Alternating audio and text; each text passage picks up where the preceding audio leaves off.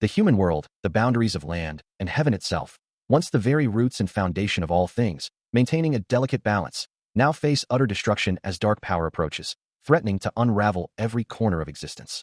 With the heavenly path flowing imperfectly, the world is destined to break, and all four realms will be destroyed, leaving only one desperate hope: to find and repair the heavenly path itself. As heavenly path guardians, sworn to protect the world, they must choose to enter the world, knowing that those who dare to cross from the ordinary realm will be immediately rewarded, even if it means sacrificing their own lives.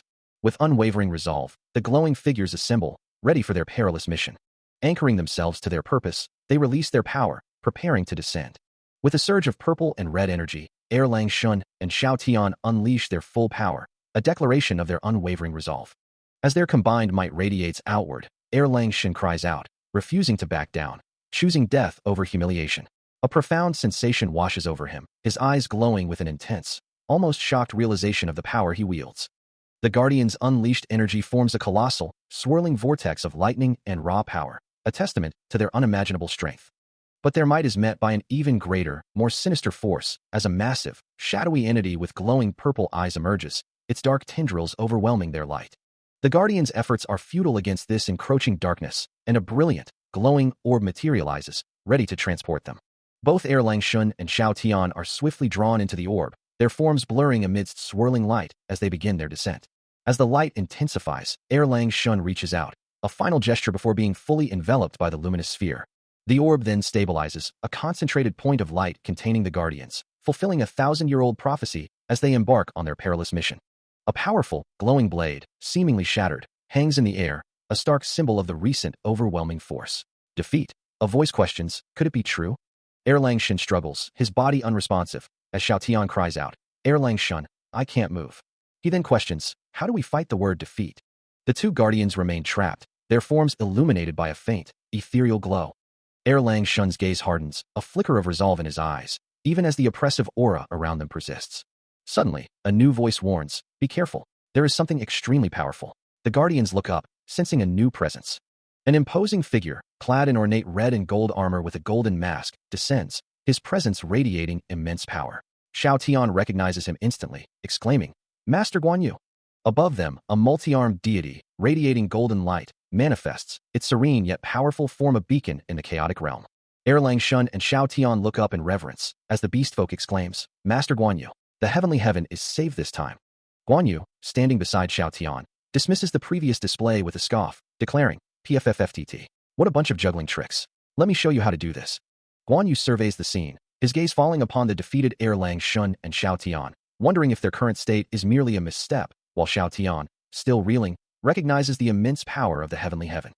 Suddenly, a blinding golden explosion erupts, sending shockwaves through the air as an unseen force unleashes its full might, causing an unidentified voice to question the impending assault. The very air crackles with raw energy as the multi-armed deity's power surges, manifesting in swirling golden currents. Responding to the overwhelming presence of the heavenly heaven, Guan Yu's eyes blaze crimson, and a potent purple aura erupts around him, signaling his readiness to engage.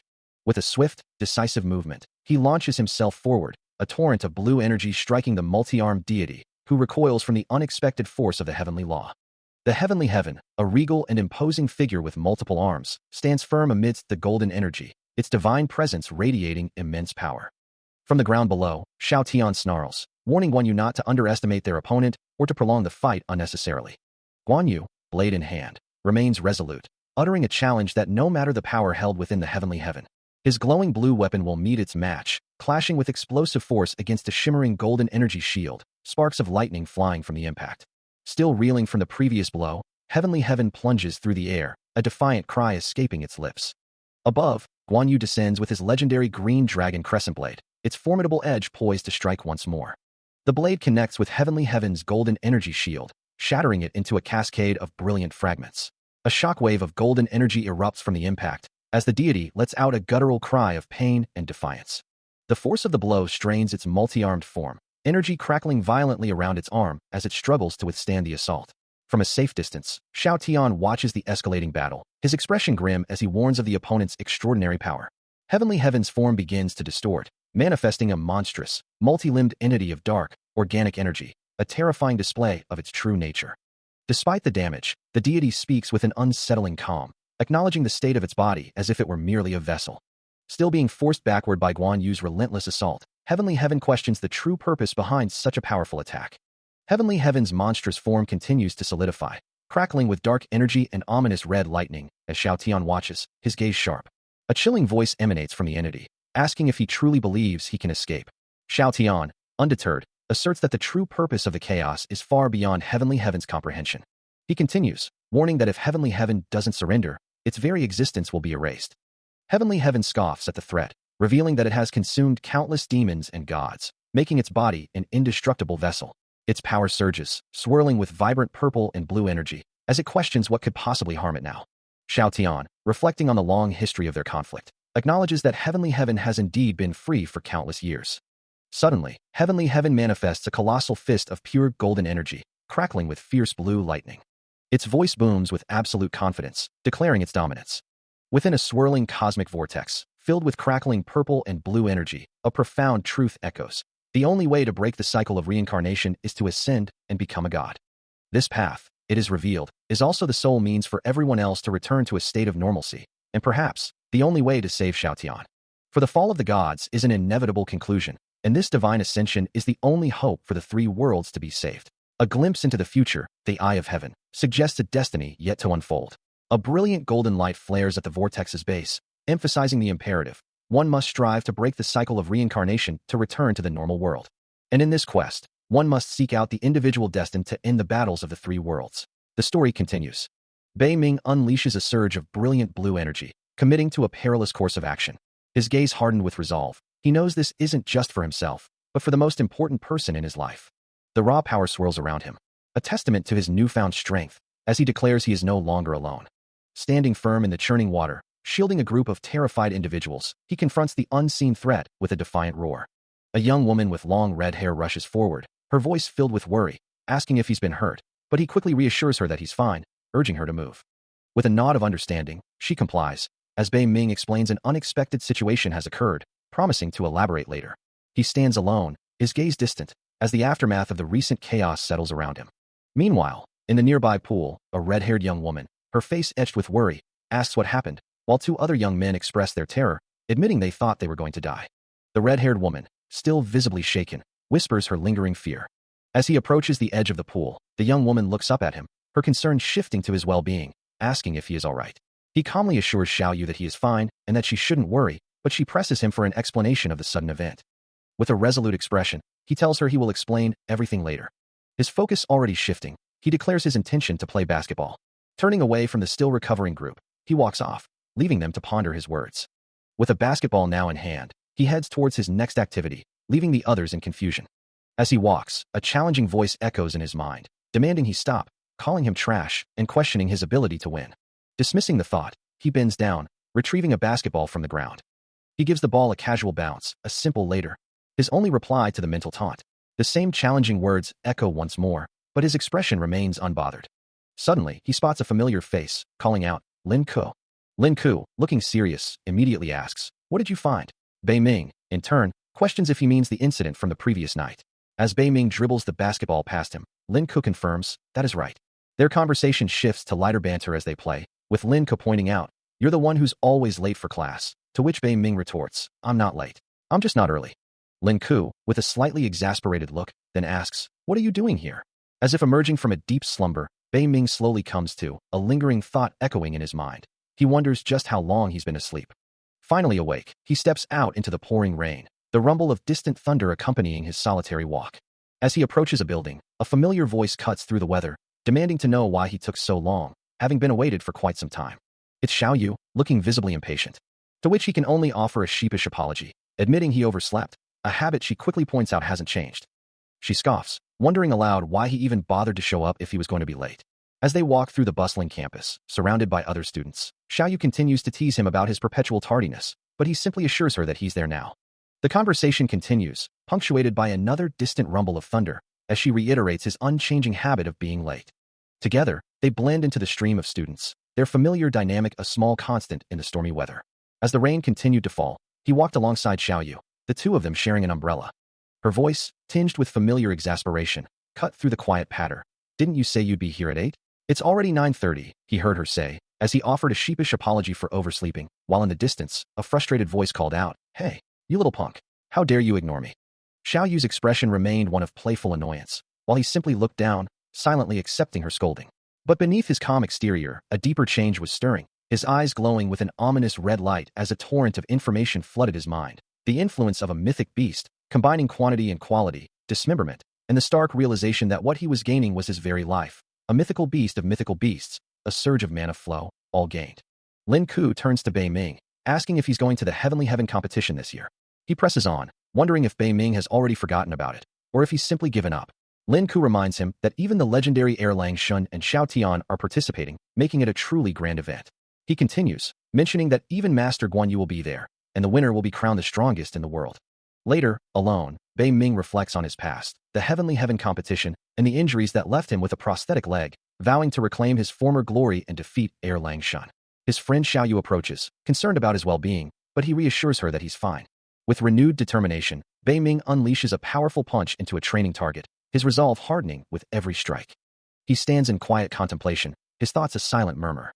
Suddenly, a faint blue glow flickers, and he reacts with a startled, "Huh? What was that?" His friend, Xiao Yu, looks on with concern, unable to comprehend his fixation. "I really don't understand why you're so obsessed with that guy," she sighs. "He's not even worth your time." Her words only fuel the fire within him, his fist clenching as he vows, "I'll make him pay for what he did to me." His eyes blaze with an intense red glow, his resolve hardening as he repeats, "I'll make him regret it." A chilling memory flashes through his mind, a shadowy figure holding a knife to Xiao Yu's throat, threatening, "Don't move, or I'll cut her." Even in that terrifying moment, her voice echoes, filled with concern for him. "He's not even worth your time." The thug's menacing words repeat, a stark reminder of her peril, "Don't move, or I'll cut her." And again, her plea, a desperate attempt to pull him back from the brink. "He's not even worth your time." Leaning over Bei Ming's injured form, Xiao Yu's voice trembles with a desperate plea. She reaches for his bleeding hand, confessing that she has always been the one protected, but now she yearns to return that favor. With a glowing knife clutched in her hand, she declares, "Let me protect you this time." As her words resonate, Bei Ming's eyes ignite with a fierce red glow, a powerful yellow aura erupting around him with crackling energy. His own hand now glowing, he utters her name, a silent promise forming in his gaze. Yet, in a swirling vision, Xiao Yu finds herself adrift, haunted by the memory of always being protected, a stark contrast to her current yearning. The painful truth echoes through her mind. She is too weak, lacking the power to truly shield him. Calling out his name in anguish, she questions her own existence, wondering if she is even qualified to live. A tearful apology escapes her lips, as the crushing weight of her perceived unworthiness settles deep within her. Her thoughts are consumed by Bei Ming, a heavy weight settling in her chest. A wave of regret washes over her, as she whispers apologies for her perceived uselessness. Tears well in her eyes, the bitter truth of her inability to protect him burning. She feels utterly weak, a profound sense of inadequacy consuming her. Again, the apologies escape her lips, a silent plea for forgiveness for her perceived failings. How could she possibly protect him when she felt so utterly powerless? The word echoes in her mind, a constant refrain of self-reproach. How could she ever hope to be his strength when she couldn't even stand firm herself? Her final, desperate apology hangs in the air, a testament to her profound despair. At the very brink of survival and death, a new hope falls from the sky. Still consumed by her self-reproach, she struggles against the grip of an unseen assailant, who taunts her, accusing her of trying to run away without him, and demanding she let him play. A sudden, unseen force strikes, blue energy crackling violently around Bei Ming as he is caught completely off guard. His head snapping back as he looks up, trying to comprehend the source of the assault. From a distance, Xiao Yu watches in horror, her voice filled with terror as she screams his name. The true attacker is revealed, a hulking, monstrous entity with glowing red eyes, letting out a guttural roar as it lunges forward. Xiao Yu can only stare, utterly bewildered, questioning the sudden, chaotic turn of events. Bei Ming struggles, ensnared by glowing blue tendrils that bind him tightly, his mind racing to identify his mysterious assailant. But with a surge of raw power, he unleashes a blinding burst of blue energy, shattering the tendrils and pushing back his attacker. His body strains, marked by the struggle, as he attempts to dispel the binding tendrils. With a sharp crack, the monstrous entity's arm begins to tear, purple energy rippling through its form. As it fully reveals itself, a shadowy, wolf-like figure wreathed in crackling purple lightning emerges, its eyes glowing a malevolent red. The creature snarls, its voice a guttural question, demanding to know his identity. Standing firm amidst the thorny tendrils, Bei Ming returns the challenge, demanding to know what it is. His eyes blaze crimson, as he unleashes a powerful counterattack, warning the creature to cease its reckless movements. A torrent of purple lightning and raw energy erupts from him, engulfing the space around. The force of his attack manifests as searing, ribbon-like energy, tearing through the ground and the entity's tendrils. In response, the monstrous wolf-like entity lets out a furious roar. He feels a sudden, cold grip as a crimson tentacle lashes out and coils around his arm, his eyes flashing a dangerous red, and arcs of purple lightning erupt around him in a startled burst. Nearby, a man in a black cap lets out a blood-curdling shriek. The monstrous mass pulls him deeper into its core, its crimson appendages tightening their hold as he struggles against the overwhelming force. His voice rings with defiance, demanding answers from the encroaching darkness, while the terrified man, now half submerged, desperately cries out for his mother. The relentless tentacles continue their gruesome work, swallowing the screaming figure whole. A fierce anger ignites in Bei Ming's glowing red eyes, his purple lightning flaring as the writhing mass of tentacles completely engulfs its victim, leaving only a faint, desperate echo. Suddenly, a muscular figure armed with a spear appears, his gaze fixed on the chaotic scene. As Bei Ming stands resolute amidst the crackling energy, the tentacles having fully absorbed their prey. Bei Ming's resolve burns brighter, his red eyes and purple lightning a defiant beacon, while the crimson tendrils continue to churn, the consumed man now completely gone. With a terrifying, guttural roar, the monstrous entity fully reveals its horrifying form, a colossal mass of writhing red tentacles and a gaping, fanged maw. As purple lightning crackles around him, his eyes blaze with an intense red glow, a surge of power manifesting as a desperate voice calls out his name. The monstrous entity's tendrils writhe menacingly, closing in on the terrified young woman, who can only manage a choked gasp as the chaos unfolds. Her face contorted in pure terror, she screams his name again, pleading to know what has happened to him, finding his transformed state utterly frightening. Yet, Bei Ming stands firm, his glowing red eyes fixed on the threat, a silent resolve hardening his expression amidst the crackling purple energy. The monstrous entity's crimson tendrils continue their gruesome work, consuming all in their path, as another desperate cry of his name echoes through the devastation.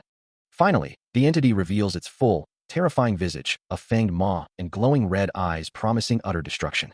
Amidst the explosions and energy blasts of the escalating battle, a new, muscular figure armed with a spear observes the unfolding nightmare, while a voice wonders if this horrific reality could truly be a dream. Suddenly, a memory flashes, a happier time when the young woman excitedly reminded Bei Ming of their shopping plans, asking where they were headed, only for him to playfully promise to tell her later. The memory continues, her confusion evident as she questioned their presence at a temple, recalling their original plan to shop for her birthday present. He remembers a voice, a promise. She said, "Go to the bookstore, have a feast." A serene Buddha statue appears in his mind's eye, and he thinks, "Now that you mention it, it's time to treat myself to a feast." The statue seems to respond, "A gentle, dear student," echoing in his memory. With hands clasped in hopeful anticipation, he silently pleads, "Please." The memory shifts to a bright, clear sky, as the thought concludes, "Okay, let's go back and have that feast," followed by a joyful yay.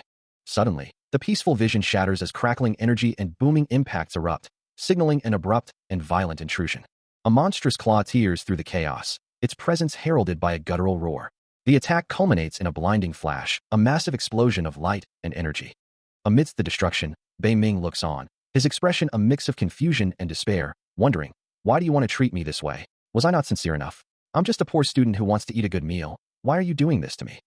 He stares into the void, a profound confusion washing over him as he questions the nature of the sudden, violent assault. From the darkness, a single, fiery red eye opens, its gaze piercing as a voice echoes, "Who is it? Who is it that you're talking about?" The monstrous form fully reveals itself, a colossal, crimson entity radiating destructive energy, its presence overwhelming. A golden aura flickers around Bei Ming as he stares in disbelief, the entity's words ringing in his ears. "Besides, you're called. Who are you?" The monstrous eye glows with renewed intensity as it continues, "Not know my name? Because..." Its massive maw opens wide, a vortex of red energy forming within. "You will be eaten soon." A sudden, immense force distorts his hand, pulling him violently, and he cries out in agony. His face contorts in terror and pain as the entity's words echo, "Don't eat me." His arm stretches unnaturally, his desperate cry of "Wawa" lost in the overwhelming assault. He stares at the glowing marks on his hand, a strange sense of familiarity washing over him, as if he's seen this before. Sitting up in bed, his expression is troubled. And he touches his face, the same unsettling feeling of déjà vu returning. Suddenly, a monstrous, wolf-like creature with fiery eyes appears before him, making him wonder if this terrifying vision is nothing more than a dream. Yet, the creature's chilling presence lingers, its massive paw resting on his shoulder. This destined encounter will rewrite the futures of the three worlds. As the monster attacks him within this terrifying vision, it taunts him, asking why he is so weak, yet the only one who can truly see it. A monstrous, white-furred beast with glowing red eyes looms over Bei Ming, its voice echoing with a chilling demand. What do you want from me? Bei Ming, startled and terrified, can only manage a desperate plea. I don't want anything. His mind races, unable to comprehend the sudden appearance of such a creature, as he thinks, such a monster. Before he can react, the beast lunges, a red aura flaring around its claws as it strikes, sending him reeling. It repeats its chilling question. I'm asking you, what do you want from me? Bei Ming, overwhelmed, can only gasp. I don't want anything. The impact throws him backward, and the beast presses its advantage, its menacing form looming closer as Bei Ming desperately asks, Are you going to kill me? I don't want to die. He lies defeated on the ground, his body aching from the assault. The monstrous entity stares down at him, its glowing red eyes fixed on its prey. Still reeling from the attack, Bei Ming lies helpless as the monstrous entity looms over him, its glowing red eyes fixed on his form. What do you want? It demands, its voice echoing with raw power. The creature leans closer, its snarling face filling his vision. I'll ask again. What do you want? If you don't answer, I'll tear you to shreds. Its tone shifts slightly, a chilling calm replacing the fury. I'm not interested in your life. I only want to know what you want. Sweat drips from his brow as Bei Ming, trembling, manages to stammer. I don't want anything. His denial is met with a sudden surge of red energy, magical chains manifesting from the entity's aura and wrapping around him, eliciting a surprised, enraged cry from the creature. What do you mean you don't want anything? It bellows, its voice now laced with genuine confusion and anger. As Bei Ming, despite the terrifying display, weakly insists, I don't want anything. The entity's eyes flare, energy crackling around its form as it roars. You dare. Still bound by the glowing red chains, Bei Ming faces the entity's relentless demand, which echoes with growing frustration. The chains tighten around his chest, radiating an ominous red light, as the monstrous voice declares its intent to seize everything he possesses. From its glowing red hand, the entity continues to manifest the binding energy, unable to comprehend Bei Ming's lack of desire. But suddenly, a surge of red energy erupts from Bei Ming's own body, causing the entity to cry out in shock and confusion. His face contorted in pain, Bei Ming endures the unexpected power shift, as the entity struggles to grasp the impossible turn of events. Xiaoyu watches, her hands pressed to her mouth in distress, as the entity questions the fate of its own power. A crimson glow now emanates from Bei Ming's hand, and the entity's cries turn to despair as it realizes its mana is gone. Xiaoyu's eyes widen in alarm, as the entity laments the loss of everything it possessed. Bei Ming stares in stunned silence, while Xiaoyu, connecting the pieces, whispers a name, realizing the entity's power has been consumed. Back in a seemingly ordinary schoolyard, a voice calls out to Bei Ming, asking for help to throw a ball. He readily agrees, but a deeper narrative looms, hinting at an impending collision of fate between man and demon. Erlang Shin looks down at Bei Ming, his expression serious, asking if he is truly certain about this path. But Bei Ming recoils, a desperate plea escaping him that he isn't ready. Xiao Tian presses on, urging him to consider at least a partial commitment. Later, alone on his bed, Bei Ming looks down in despair, then up with a silent, pleading expression. Meanwhile, Erlang Shun's frustration boils over, his voice sharp as he condemns the young man's foolishness, reminding him that the fate of the world hangs in the balance. Xiao Tian echoes the sentiment, demanding to know what he is waiting for, while Bei Ming can only stammer, caught in a whirlwind of doubt and pressure. He stares at his phone, a lingering question echoing in his mind. Was what he just saw real, or merely a dream? He reminds himself that he is still in school, trying to ground himself in reality. Suddenly, a majestic white beast appears behind him, prompting him to ask, Who are you? The creature responds, identifying itself as Xiao Tian. The powerful beast confirms its identity, declaring once more, I am Xiao Tian. Once again, he finds himself staring at his phone, the same question plaguing his thoughts. Was what he just saw real, or merely a dream? He tries to convince himself he is still in school. As he looks at his reflection in the bathroom mirror, a white-haired figure appears behind him, calmly stating, You're finally awake. Elsewhere, Erlang Shin stands in contemplation, a worried expression on his face as he wonders what has happened to him. Back in his room, he sits on the bed, the white beast beside him, and asks with a hint of disbelief, You're Xiao Tian. The beast lets out a powerful roar, its voice resonating with reassurance as it states, Don't worry, I won't hurt you. Still struggling to comprehend, he exclaims, You're Xiao Tian? But you're a dog. The beast quickly corrects him, asserting, I'm not a dog. I'm a celestial beast. He struggles to comprehend the speed of the white beast, which moves too fast for his eyes to follow. The creature only seems to find his confusion amusing. From a window, the white-haired figure laments how people always misunderstand him, before proudly declaring himself a celestial beast, despite his cute appearance. Bei Ming can only utter a confused sound in response. Suddenly, a fiery red aura flares, and a voice urgently warns him to get down. The beast lunges, striking him with immense force. The impact sends him reeling, a burst of green energy erupting from the blow. A golden, ethereal figure appears, offering a quiet apology. He coughs, blood splattering from his lips as his eyes glow a furious red, the impact of the attack manifesting as a dark, crushing weight. The beast's snarling maw fills his vision as he's sent hurtling through the air, buildings blurring past in a dizzying descent. His arm taking the brunt of multiple searing energy strikes, a pained grunt escaping him. The sheer power overwhelms him, his body engulfed in a crimson aura as he continues to fall. The force of his impact erupting outwards in a violent, crimson shockwave. Clutching his head, a wave of agony washes over him, the red energy still pulsing around his form. Little monster, he mutters, his mind struggling to comprehend the assault. Before a vision of a woman in a pink nurse's uniform, holding a whip, flashes before his eyes. Though sorrow threatened to consume him, he fought back, but his attempt at self-salvation ultimately failed. A slight blush creeps across Bei Ming's face, his expression a mix of surprise and mild embarrassment. Moments earlier, a kind-faced nurse, her glasses perched on her nose, had called out to him from across the schoolyard, asking for help to throw a ball over a fence, to which he readily agreed. Now, she embraces him tightly, her voice soft as she apologizes, leaving him bewildered by her sudden closeness. A pained gasp escapes his lips, a trickle of blood appearing at the corner of his mouth, as he laments the burden of his own existence. Suddenly, a monstrous entity with glowing red eyes lets out a terrifying roar, its presence shaking the very air, prompting the nurse to cry out a desperate warning to her master. Bei Ming's eyes widen in shock at the sudden attack, but his surprise quickly turns to furious resolve as he charges forward, a vibrant blue aura flaring around him, declaring his intent to protect his master. As the monster roars again, Bei Ming closes the distance in an instant, delivering a devastating, energy-charged punch that sends the creature reeling. As the monstrous entity lunges, a nurse screams, falling backward from the sudden assault, but before the killer can fully suppress her, Bei Ming reacts instantly. He takes the blow meant for her, a sharp pain tearing through him, but the entity presses its attack, its claws tearing at his flesh. Suddenly, a brilliant blue aura erupts around him, his eyes glowing with fierce determination, and he challenges the creature, demanding to know if it was responsible for harming his master. With a powerful roar, he lunges forward, his fist crackling with blue energy. The entity, surprised by his sudden ferocity, barely has time to question his agitation before Bei Ming's glowing fist connects squarely with its face. A pained cry escapes the creature as it reels from the impact, while the nurse on the ground, still dazed, insists she doesn't need comfort.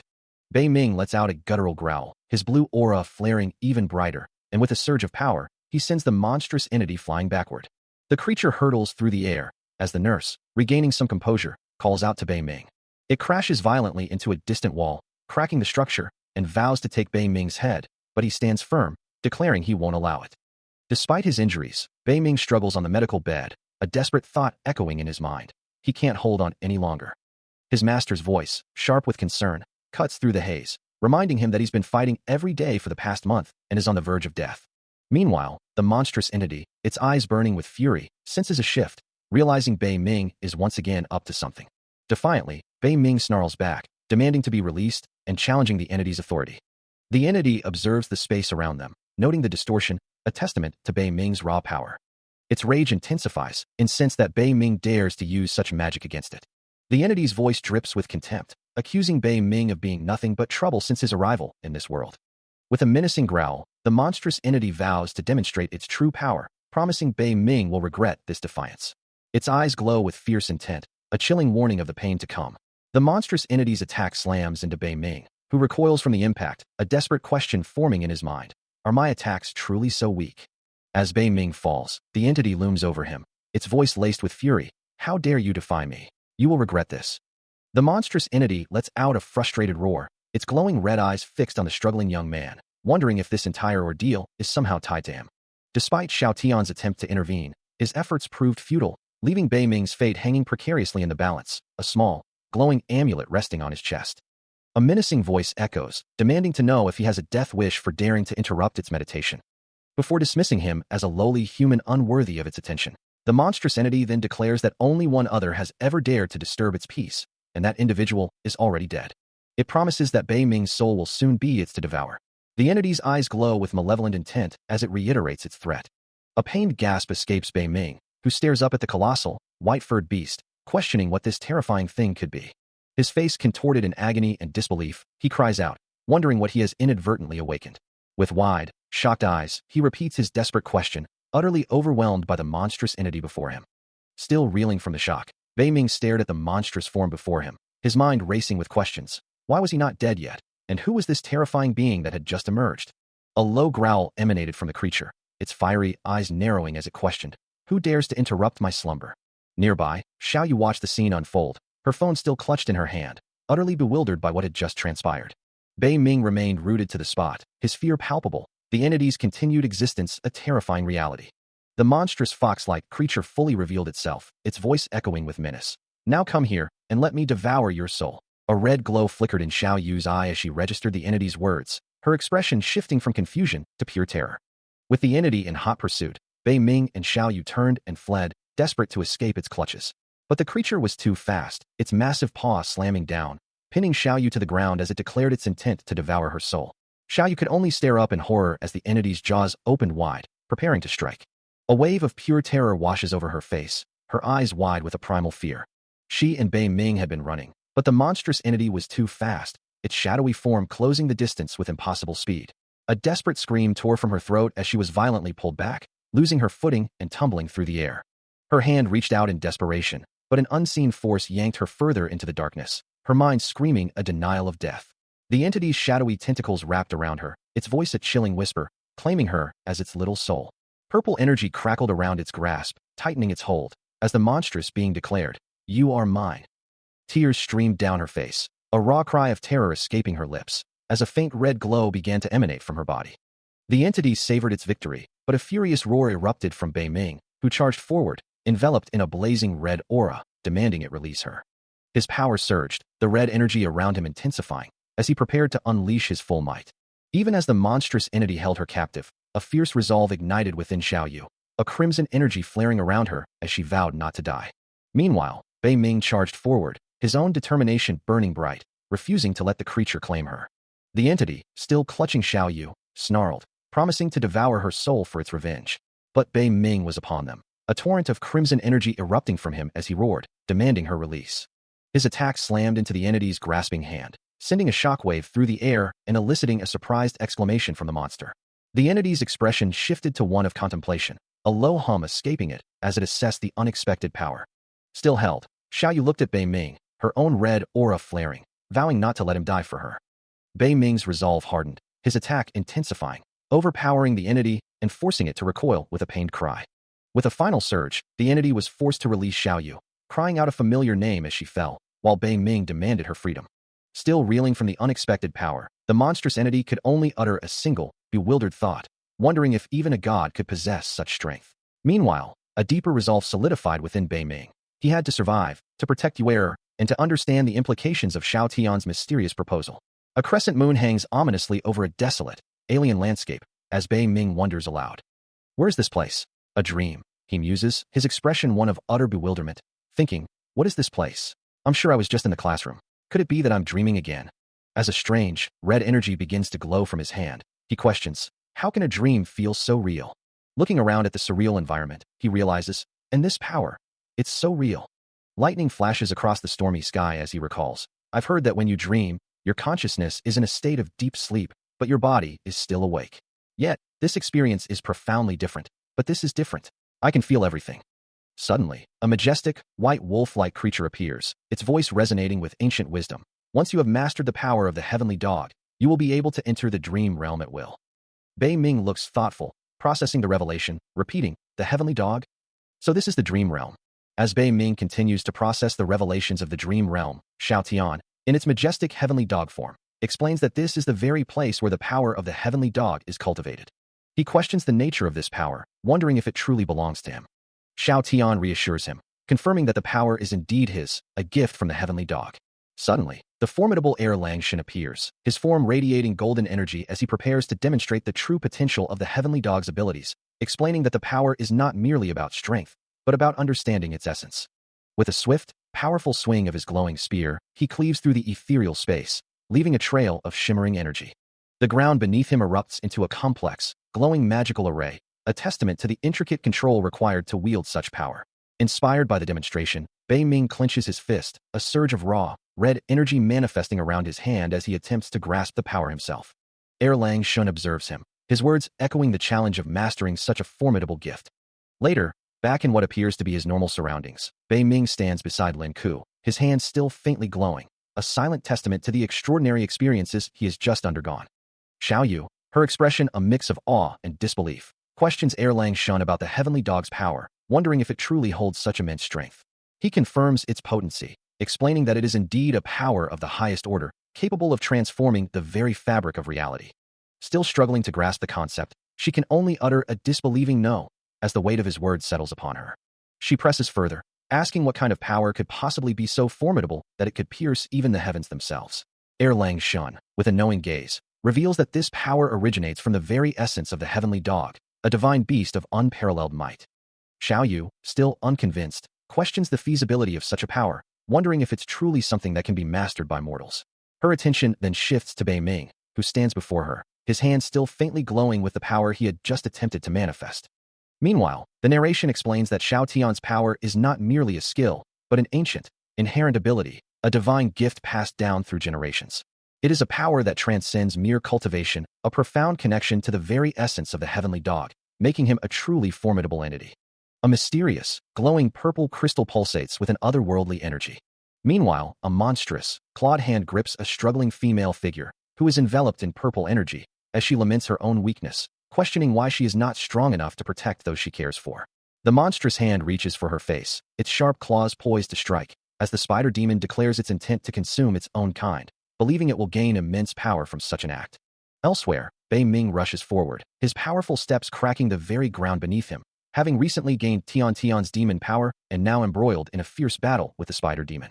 The question remains whether he can survive this confrontation, or if the efforts of all the elders will have been in vain. Back at the scene, the multi-limbed spider demon fully ensnares the female figure, its glowing red eyes fixed on her as she struggles helplessly in its grasp. The force of the attack sends Bei Ming hurtling through the air, as a monstrous, clawed hand, wreathed in malevolent red energy, slams into him with devastating impact. The massive entity coils around its victim, trapping him within a pulsating crimson field, its relentless assault continuing without mercy. From a distance, Lin Ku watches in horror, his voice filled with disbelief as he cries out, "How could this happen?" Bei Ming, battered and bleeding, struggles against the monster's grip, his body already showing severe wounds. Suddenly, a new presence arrives, Erlang Shun's eyes glowing with fierce resolve as he declares, "Stop." With a swift, powerful thrust, his spear pierces the monster's energy barrier, shattering it into countless fragments. A dark-haired figure, reeling from a powerful impact, expresses surprise at the ease with which they absorb the blow. The lingering blue energy trails of a feathered spear still cut through the air, a testament to the force that just struck them. But as blood drips from a clenched hand, surrounded by a furious red aura, the figure vows to make their attacker pay for this trickery. A dark, shadowy aura begins to writhe around them, red light glowing from their eyes as they struggle, unable to halt the terrifying power surging within. Dark veins spiderweb across their face, their expression a mix of shock and rage as they realize this power is far more difficult to control than anticipated, fueling their desire for vengeance. Behind them, a massive, multi-eyed, tentacled monstrosity begins to erupt, the figure lamenting that the more power they use, the more they lose control of their own body. The monstrous form fully manifests, its shadowy tentacles reaching out as the figure desperately thinks they will lose themselves completely if this transformation isn't stopped, yet their thirst for retribution remains. From behind, the monstrous entity glows with dark, malevolent energy, its power consuming the figure's original form. As monstrous tentacles coil around their legs, the figure resolves that if they are to be found and killed, they will ensure their life's final moments are spent making the most of this terrifying power. The uncontrollable power surges through him, tearing at his very being as he struggles to maintain control, feeling himself slip away. It's too strong, he thinks, losing himself to the overwhelming force, while Erlang Shun, observing the agonizing transformation, notes that this power is indeed too much for a mere human, seeing him as nothing more than a vessel. He declares that the transforming figure will now pay the price for trying to wield such power, vowing to ensure he never threatens the heavens again, believing this to be his end. But a fierce resolve ignites within Bei Ming. He won't let Erlang Shun win, vowing to use this monstrous power to destroy him, even if it means losing himself completely as dark tentacles erupt from the ground. Erlang Shun reacts with shock, realizing the power is growing even stronger. He finds it impossible that a human could possess such immense power, recognizing it not just as a transformation, but an evolution. A guttural roar escapes Bei Ming as his eye glows a terrifying red, his mouth contorting into a monstrous maw. Erlang Shun concludes that he has completely lost control and must be stopped immediately, before it's too late. With a final, earth-shattering roar, the transformation completes, overwhelming him with its raw, untamed might. The monstrous form of Bei Ming unleashes a devastating wave of dark energy, forcing Erlang Shun to brace against the raw power. His body continues to distort and grow, a terrifying testament to the overwhelming power now coursing through him, as the narration questions what he has truly become. From a distance, Erlang Shun observes the chaos, a grim realization dawning upon him. The vessel he once knew is gone, replaced by something far more dangerous and unpredictable. Even as the monstrous power consumes him, a faint, ethereal image of Xiaoyu flickers in his mind, a painful reminder of the humanity he is rapidly losing. From a high vantage point, Erlang Shun gazes out over the sprawling city, a contemplative expression on his face as he considers the implications of the heavenly heaven's recent actions. He muses on the vastness of the heavenly realm, a place where even the smallest details are meticulously controlled, wondering if the heavenly heaven truly believes it can maintain order over such an immense domain. His thoughts turn to the current situation, acknowledging that the heavenly heaven's power is indeed formidable, but questioning if their methods are truly effective in the long run. Later, Erlang Shun shares his concerns with Xiao Tian, explaining that the heavenly heaven's recent actions have been too aggressive, and that their heavy-handed approach is causing more problems than it solves. Xiao Tian, listening intently, agrees with the assessment, adding that the heavenly heaven's arrogance is becoming unbearable, and that their disregard for others will inevitably lead to conflict. Erlang Shun then turns to Bei Ming, emphasizing the gravity of the situation and the need for careful consideration, as the heavenly heaven's next move could have far-reaching consequences for everyone. Bei Ming, with a determined look, acknowledges the challenge, ready to face whatever comes next. He turns to the students calling out to him from the basketball court, agreeing to help them with their ball. Suddenly, a hand reaches out in dismay, a voice exclaiming, "Oh crap." As a small, furry creature moves with a swift whoosh, its presence barely registered. Then, a glowing figure with long white hair appears, her voice echoing with a clear command to turn around. Xiao Tian, on the ground, protests to Lin Ku, insisting that he doesn't have to do this and will handle it himself, reminding him of a promise. Lin Ku, looking down with a resolute expression, simply states that they must go, for the heavenly heaven awaits them. Meanwhile, Bei Ming stands high on a railing, his body beginning to glow with a vibrant red energy, sparkling around him. Xiao Tian fully transforms into his monstrous beast form, letting out a powerful roar as he defiantly repeats his reminder of the promise. As Bei Ming plummets rapidly through the air, Xiao Tian's beast form continues to crackle with intense red energy, making a clattering sound. He plummets through the air, a powerful red energy flaring around him, as a small, white creature below looks up in surprise. Meanwhile, Xiao Tian, now fully in his beast form, vehemently refuses Lin Ku's insistent demands, declaring he will not go to heavenly heaven and reminding him of a promise. His fiery red eyes blaze with conviction, as he proclaims his duty to protect Bei Ming. A powerful red aura envelopes his entire form, solidifying his stance against Lin Ku's will. Back with the falling young man, Xiaoyu suddenly materializes beside him, her voice cutting through the air with a sharp command to turn around. Her hand extends towards him, a silent gesture accompanying her urgent words. As he continues his descent, her outstretched hand begins to glow, a soft light emanating from her palm. Elsewhere, in a bustling city, a younger man in a suit asks an older gentleman about the strange red sky, who simply instructs him to call Master Han. The older man looks up at the crimson heavens, a look of profound bewilderment on his face. A new figure comes into view, his sharp gaze fixed on something unseen, as a voice questions his identity, quickly recognizing him as the academic dean. He had always presented himself as cool and composed, yet there was that terribly awkward incident when he was caught in a cheating scandal. Lin Ku confronts the academic dean, demanding to know what is happening and why he is present, but the older man insists he knows nothing about the situation. Unconvinced, Lin Ku presses him further, refusing to believe his denial. Yet, the academic dean maintains his facade, repeating his claim of ignorance. Internally, however, the dean curses the turn of events, wondering how everything could have gone so wrong. As Lin Ku continues his interrogation, Xiaoyu suddenly appears, prompting him to insist that she, too, must possess some knowledge of the unfolding events. Her unexpected presence leaves him momentarily stunned, a look of shock crossing his face as he questions what is truly happening. Quickly recovering, Lin Ku tries to reassure her, claiming the situation is not what she might assume. Suddenly, a yellow car plummets from the sky, its descent marked by a sharp whooshing sound. As the academic dean stares up in utter disbelief, his eyes wide with shock, he can only utter a choked "What?" as the vehicle continues its terrifying plunge. The car spirals downward, its horn blaring a desperate, continuous honk as it hurtles towards the unsuspecting city below. On the street below, a man and woman look up in horror, the woman exclaiming, "What the hell is that?" as the impossible sight unfolds above them. The car continues its rapid descent, a blur of yellow against the urban landscape, drawing closer to impact with every passing second. Panic spreads through the crowd as the vehicle nears the ground, people scattering and crying out for a hero to appear. But then, a small, furry figure bursts onto the scene, Xiao Tian, staff in hand, moving with impossible speed and declaring, "Hey, don't you dare touch my master." With a powerful leap, Xiao Tian launches himself towards the plummeting car, ready to intercept its destructive path. He catches the heavy vehicle midair, his small form holding it aloft with surprising strength, averting a catastrophe. The car continues its fiery descent, a loud boom echoing through the air. But before it can strike the ground, Xiao Tian, enveloped in a vibrant red aura, intercepts the plummeting vehicle, the force of the impact cracking the very air around him. Nearby, students and the academic dean look on in stunned disbelief, wondering what impossible event just unfolded. The academic dean stares, mouth agape, as the car, which had been falling from the sky, now rests safely on the ground, with the mysterious figure standing calmly beside it. He demands to know the identity of this impossible individual, only for Xiao Tian to respond with a resolute declaration of protecting his master. The dean instinctively recoils, a step backward betraying his unease. His eyes widen in shock as Xiao Tian's form shifts, transforming into a loyal, furry companion, who then lets out a sharp bark. Utterly bewildered by the sudden transformation and the creature's cryptic response, the academic dean can only stammer in confusion. Meanwhile, a group of female students observe the scene, their faces filled with awe, as a mysterious glowing screen captures the unfolding events. A group of onlookers murmurs in disbelief, their faces etched with confusion as they witness the impossible. Erlang Shun's eyes glow with an intense blue light, his gaze fixed on the unfolding chaos, as he questions the nature of the strange individuals who have so easily breached their defenses. Students mill about the school grounds, their daily routines unfolding under the watchful eyes of the faculty. Among them, the academic dean, a stern figure in a dark suit, approaches with two other suited men, his expression unreadable as he surveys the bustling courtyard.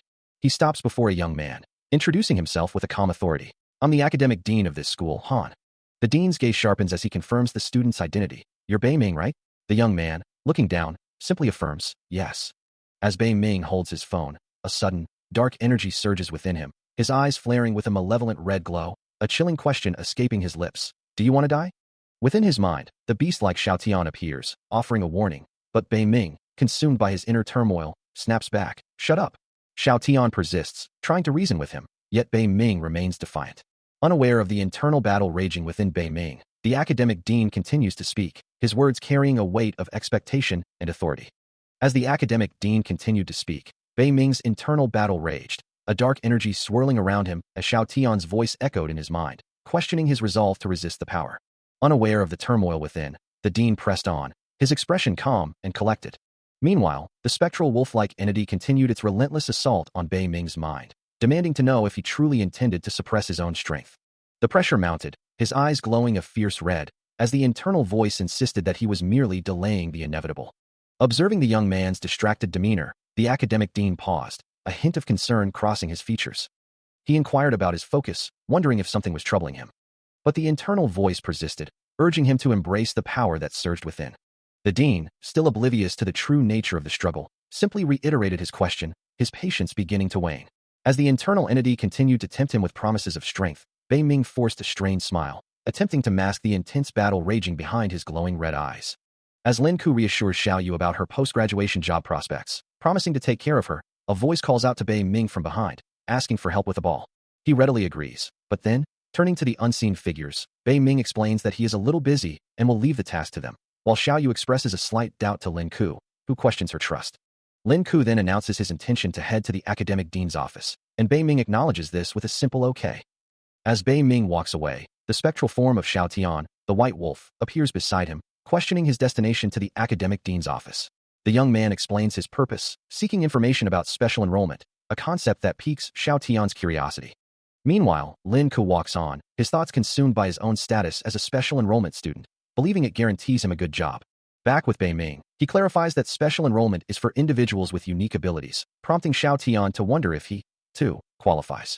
Bei Ming confirms the type of ability, but quickly adds that as a spirit, Xiao Tian doesn't count, leaving the wolf disappointed.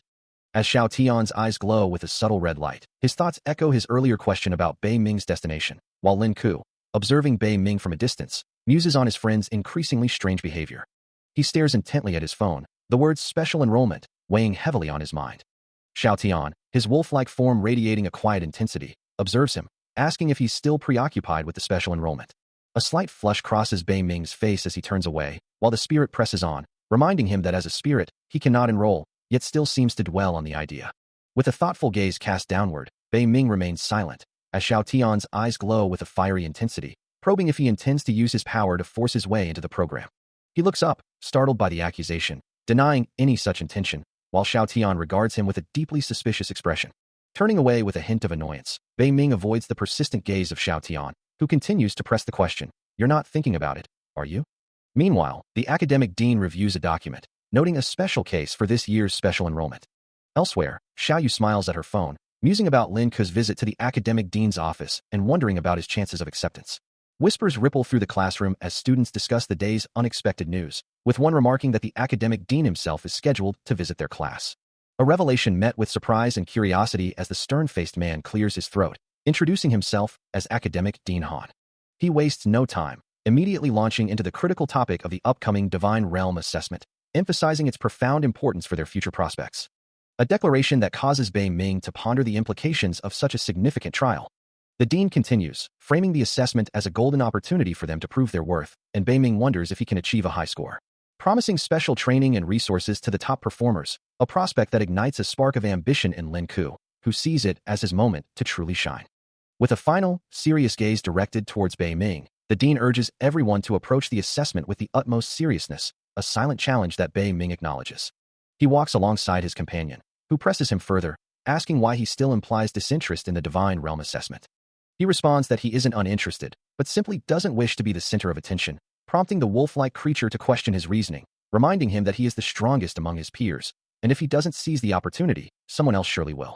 The creature emphasizes that the Divine Realm assessment is a crucial chance to prove himself and showcase his capabilities to the world, a truth that resonates deeply within him, making him realize the validity of the statement. He acknowledges that the assessment is meant to identify the strongest, and he cannot allow anyone else to claim that position, a newfound determination hardening his gaze. As they continue their walk, his companion suddenly speaks, announcing that he heard they were being sought out.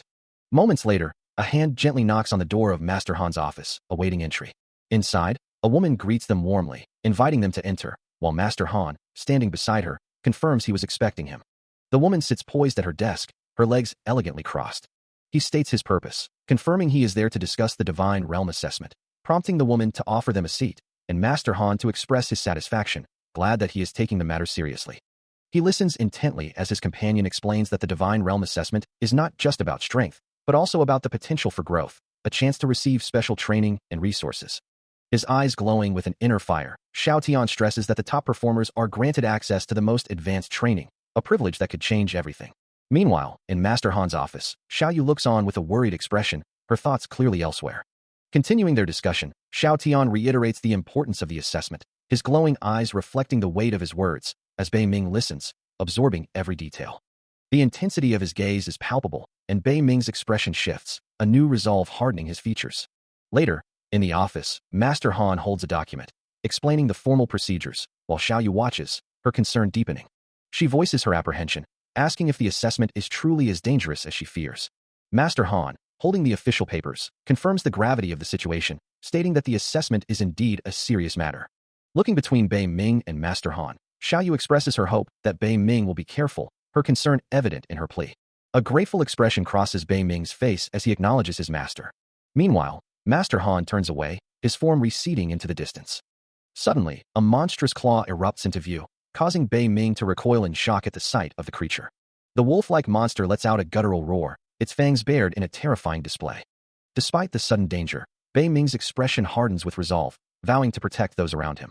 From a distance, Master Han watches with a look of deep concern, calling out to his student. The monstrous wolf looms, but Bei Ming stands firm, his declaration echoing with unwavering conviction. The scene shifts to a more terrifying entity, a grotesque creature with glowing purple eyes and writhing tentacles, as Bei Ming faces an unknown crisis, and even his class teacher, Master Han, appears to be in trouble. The question remains, can Bei Ming successfully navigate these trials? The monstrous form dominates the view, leaving the outcome uncertain. A monstrous entity with glowing red eyes and razor-sharp teeth lunges forward from the darkness. Its claws extended, as Bei Ming jolts awake, his eyes wide with shock, and finds himself back in the mundane reality of a classroom, his classmates looking on with mild surprise. But the unsettling images persist, a single glowing blue eye now appearing in his mind's eye. The student sits at his desk, a deep frown etched onto his face as he grapples with the lingering terror. He curses inwardly, frustrated by the recurring nightmares that feel far too real, his golden eyes glowing faintly as shadowy, bird-like figures seem to caw from the edges of his perception. The oppressive darkness of the dream was filled with the frantic cawing of shadowy, red-eyed birds, their cries echoing around a colossal, bloodshot eye with a piercing blue pupil. Then, the vision faded, leaving Bei Ming staring blankly out a classroom window, where similar dark birds perched silently on branches. He couldn't shake the unsettling feeling, the dreams growing more vivid and realistic with each passing night, his eyes briefly flaring with a golden light. A sharp tapping on his desk abruptly pulled him from his thoughts. His classmate, Lin Ku, leaned over, gently shaking his shoulder and asking if he was finally awake, noting that he'd been asleep for the entire class. The dean then stepped forward, his voice sharp as he questioned Bei Ming's state, who looked up, his eyes still faintly glowing with that otherworldly golden hue. He continued to scold the student, demanding to know why he was perpetually sleeping during lessons. The unsettling dream continued, filled with the ominous flapping of shadowy birds and the relentless ticking of a clock, all under the piercing gaze of a colossal, bloodshot eye. Still disoriented, Bei Ming remained slumped at his desk, even as Lin Ke tried to rouse him, and the academic dean strode into the classroom, a heavy thud echoing his arrival. The haunting vision of the giant eye and the cawing birds persisted, refusing to release its grip. Finally stirring, Bei Ming lifted his head, his eyes glowing with an unnatural golden light as the dean confronted him, questioning his sleep and the strange luminescence in his gaze. He struggles to maintain his composure, his mind a whirlwind of fading memories, desperately clinging to the present. As the seconds tick by, the relentless march of time continues. The classroom clock looms, its hands steadily advancing. Each tick-tock echoes the growing pressure. Until finally, the moment arrives. The academic dean stands over Bei Ming's desk, his presence a stern judgment. Bei Ming stares at the demerit notice, knowing that the past is now truly history. He inwardly laments his own carelessness, fearing that this demerit could be the final blow to his academic standing. The dean's expression hardens as he declares, he won't let Bei Ming get away with such behavior. Standing before the academic dean, he offers a quiet apology for his tardiness. The dean simply grunts in response, a silent judgment that this student's arrogance remains unchecked. He points to the clock, noting that it is already 8:30, confirming the student's repeated lateness. Addressing him directly, the dean states that Bei Ming is late once more, cutting off his attempt to explain. He continues, emphasizing that this marks Bei Ming's third offense this month alone. With a stern expression, the dean declares his decision to issue a demerit. Bei Ming's eyes widen in disbelief, uttering a shocked demerit. The dean confirms the disciplinary action, adding a grave warning. One more demerit will result in expulsion. The weight of the threat settles upon him, leaving him stunned by the word expelled. A chilling crack spreads across what appears to be a window, splintering the glass into countless jagged shards. Inside an office, the academic dean sits before the now shattered pane, his gaze fixed on the eerie, claw-like shadows that seem to reach up from below. A subordinate approaches him, asking, "Dean, do you feel that something is wrong?" The academic dean's expression hardens as he replies, "Our school is a sacred place. How could something like this happen? I'll have to report this to the higher-ups." Outside, the very structure of the building seems to vibrate with an unseen force, its walls echoing the shock of the incident. Inside, the tremors are palpable, causing furniture to rattle and shift. Returning to the broken window, the academic dean mutters, "This is bad." A subtle rustling sound echoes through the air, as a loud noise emanates from a distant building, accompanied by the urgent news that the 8th Division is delayed due to unforeseen circumstances, and rescue efforts are being arranged. The academic dean, his brow furrowed with worry, laments that all troops have been deployed, yet the area remains uncleared, leaving him to wonder what exactly is happening. Standing nearby, Bei Ming, with a determined gaze, asks if the dean himself isn't going to take a look. The dean clenches his fist in frustration, his face contorted as he questions what he can possibly do. He explains that with only an hour left for the exam, it would be too late to make a difference even if he went now, regretting his past inaction. As the dean expresses his reluctance to drag Bei Ming into trouble, the young man's eyes glow with a faint green light, dismissing the concern with a quiet hum. Bei Ming stands resolute, sensing that the critical moment is almost upon them. Without hesitation, he plunges into a shimmering, shattered opening, surrounded by crackling blue energy as he descends. He finds himself in a chilling, unfamiliar landscape, a stark contrast to his previous surroundings, wondering why the air has grown so cold. As he looks down, a small, glowing symbol appears on his hand, drawing his immediate attention. His eyes widen in surprise and concern as he stares at the mysterious mark. A single name, filled with urgency, escapes his lips.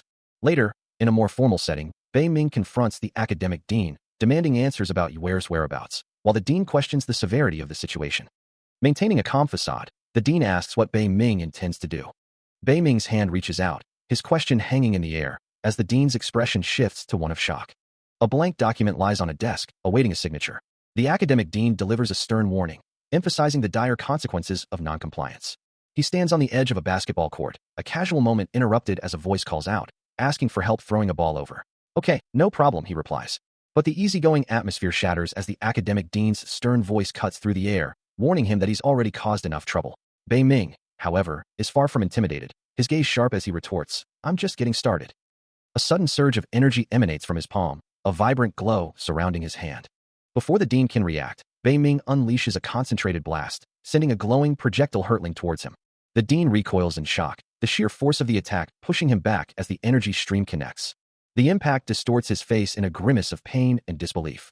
In a desperate counter, the dean retaliates, throwing a small, glowing object with surprising speed. He watches, aghast, as his own attack is met with an unexpected response. With effortless precision, Bei Ming catches the projectile, the glowing object now resting harmlessly in his hand. He holds the academic dean firmly, red energy tendrils coiling around the man as he struggles, a desperate plea escaping his lips. The dean, his face etched with fear, warns him that this is a grave mistake, insisting that he will regret this action. But Bei Ming, his expression unwavering, simply dismisses the threat, declaring that he will handle any consequences. With a decisive motion, a glowing orange projectile shoots forth, revealing a dark, cavernous space filled with pulsating red tendrils, a faint light emanating from above, leaving one to wonder about its source. He gazes into the unsettling depths, as a grotesque, pale figure with elongated limbs begins to emerge from the fleshy walls, letting out a guttural growl. More of the horrifying creatures are revealed, their distorted forms filling the cavern, a silent testament to the hidden dangers now exposed. He can only utter a single word, questioning the nature of these monsters. He stares at the grotesque revelation, a question forming in his mind. Did the academic dean truly possess such a monstrous weapon, or was this something else entirely? Before him, the cavern pulses with a sickening, fleshy life, revealing a towering, pale entity with a gaping maw, its presence radiating an unsettling silence. Suddenly, a sharp, disembodied voice cuts through the eerie quiet, demanding to know what he thinks he's doing. He glances down, surprised to see a small, white, furry creature at his feet, its presence so unexpected that he wonders if it was truly that easy to overlook. As the creature stands on its hind legs, its voice urgent, he muses on its diminutive size, wondering if it's merely a pet, even as it warns him he's about to be caught. The creature, Xiao Tian, apologizes for its anxiety, asking when he found the answers, but he quickly corrects him, stating he hasn't found them at all. Xiao Tian dismisses the conversation, his tone shifting to one of immediate concern, insisting they need to escape the school right away. As they move through the deserted school hallway, Xiao Tian admits he's just arrived and doesn't know the way, leaving their escape route uncertain. With a determined look, the small beast folk instructs him to look out the window. As he peers through the window, a chilling sight greets Bei Ming, leaving him to wonder what exactly he is witnessing. Outside, a massive, grotesque creature with glowing red eyes and a powerful aura stands ominously, its presence radiating an unsettling power. He can only stare, his mind struggling to comprehend the sight, as he questions aloud, why such a colossal orc would appear here. But before he can process the thought, Xiao Tian's voice cuts through the air, correcting him sharply. It's not an orc, it's a demon. The revelation hangs heavy, confirming the ancient evil that has stirred, bringing monsters to life, and leaving Bei Ming to face the daunting question of how he will confront the darkness ahead. A mysterious purple energy orb pulses with an ominous glow, a voice questioning its nature, unable to sense any evil spirit, yet acknowledging its possession by a deity. The swirling energy confirms it is not a deity, but an evil spirit of immense power, almost impossible to approach. Inside a modern building, Bei Ming stands opposite a majestic, white-furred wolf-like beast, Xianyu, explaining that tempering the entity with pure divine powers would only make it stronger, rendering it unable to control the evil spirits. Xianyu's fiery red eyes glow as he reflects that without Heavenly Heaven's divine power, he wouldn't have recognized the true nature of the entity, admitting he wouldn't even dare to approach it, as its evil aura surpasses even Heavenly Heaven's previous power.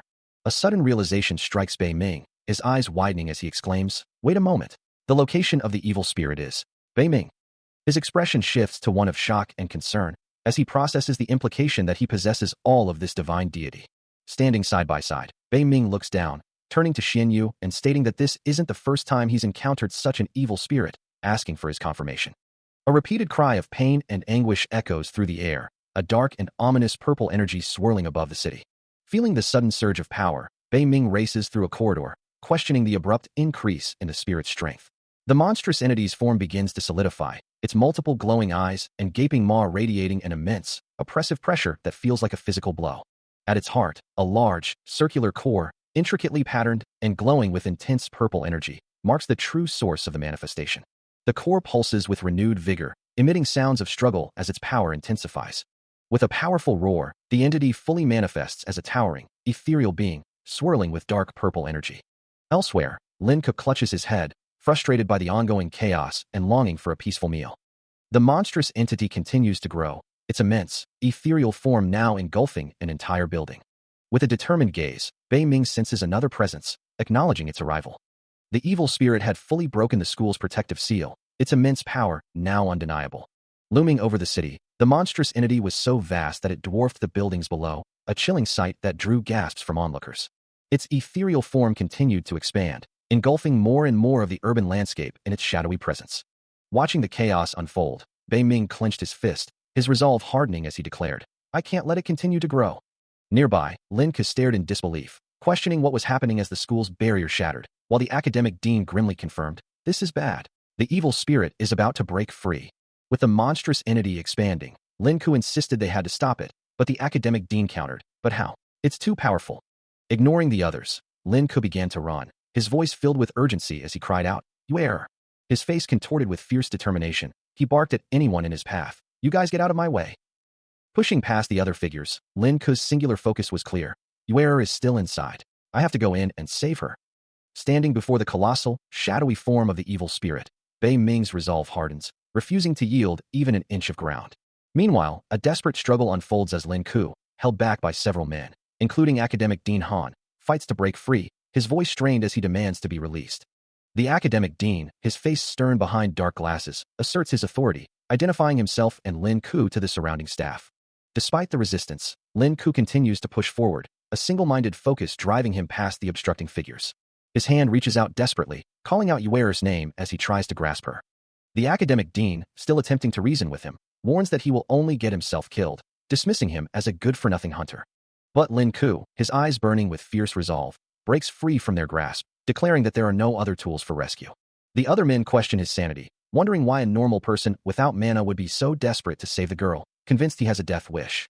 The school itself now glows with an ominous red aura, a chilling reminder that the seal is broken and the evil spirit is already inside, ready to devour anyone who dares to enter.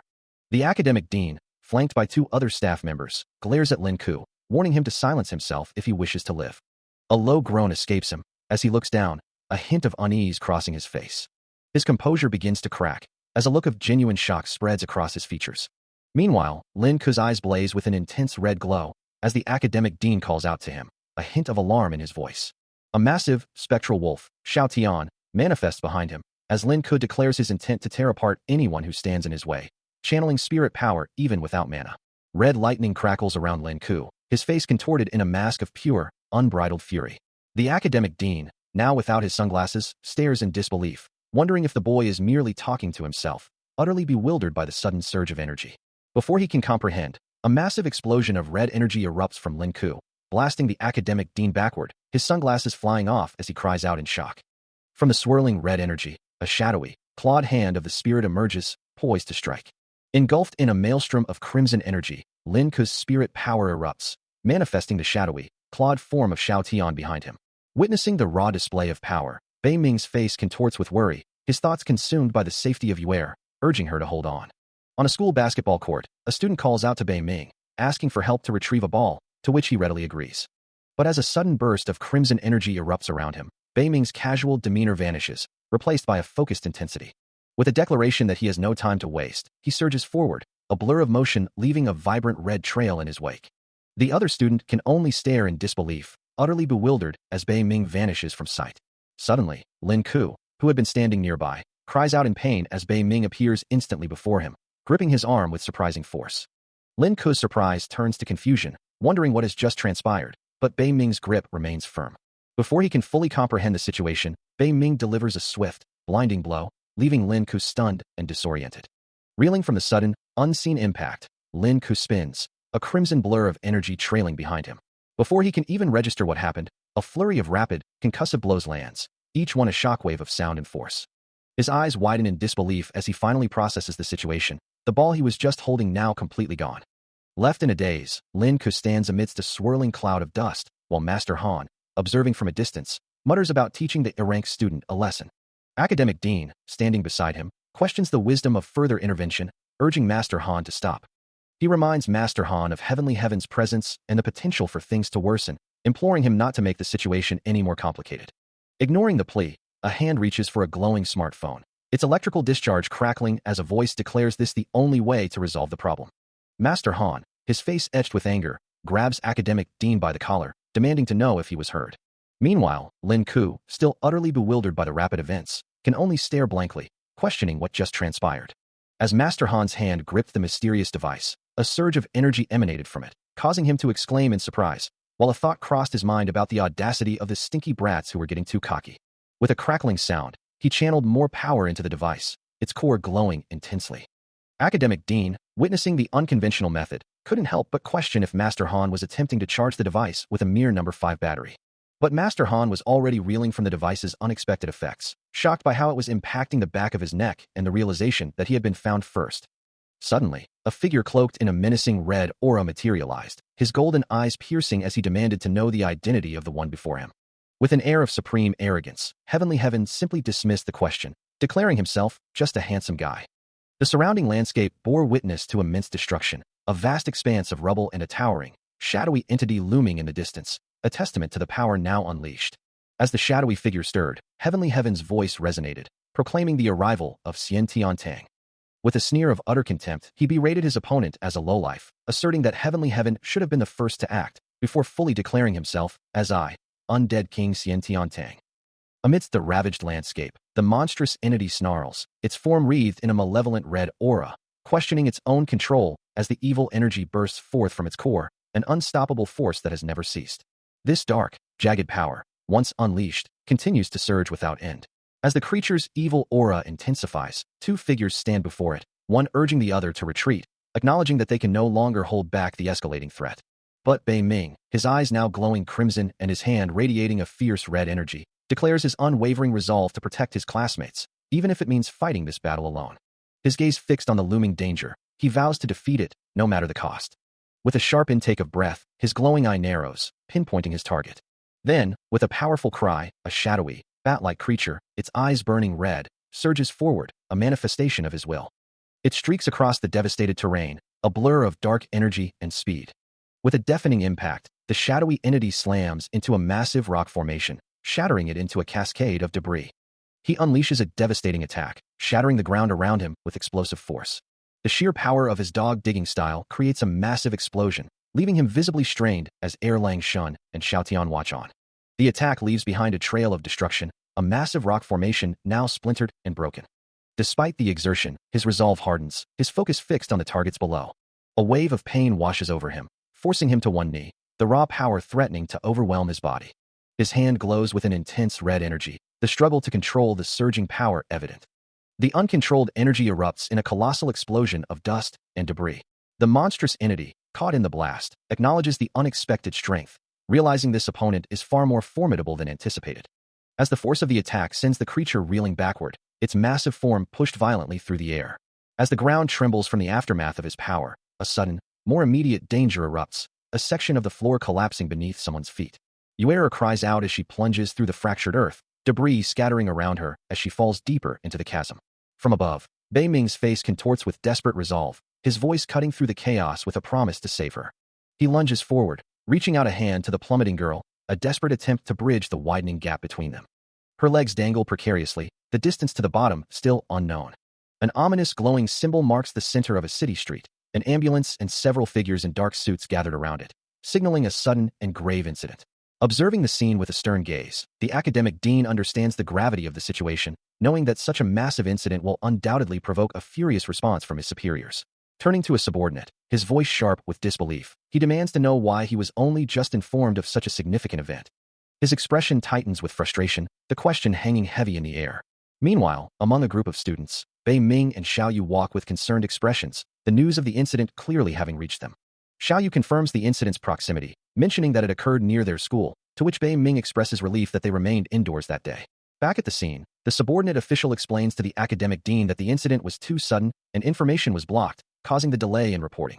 The academic dean listens intently, his expression unreadable. Meanwhile, Xiao Yu, her head bowed, struggles to articulate her words, a quiet apology escaping her lips. He watches her, a silent observer, as she remains lost in her own thoughts. Turning away, the academic dean considers the incident, the weight of its implications settling upon him. Xiao Yu, however, finds a measure of resolve, concluding that if the problem wasn't her fault, she bore no further responsibility and would ask no more questions. Later, the academic dean stands beside the principal, a quiet understanding passing between them as applause begins to ripple through the hall. The students and officials cheer, praising the principal's courage, some admitting they usually wouldn't dare speak against him.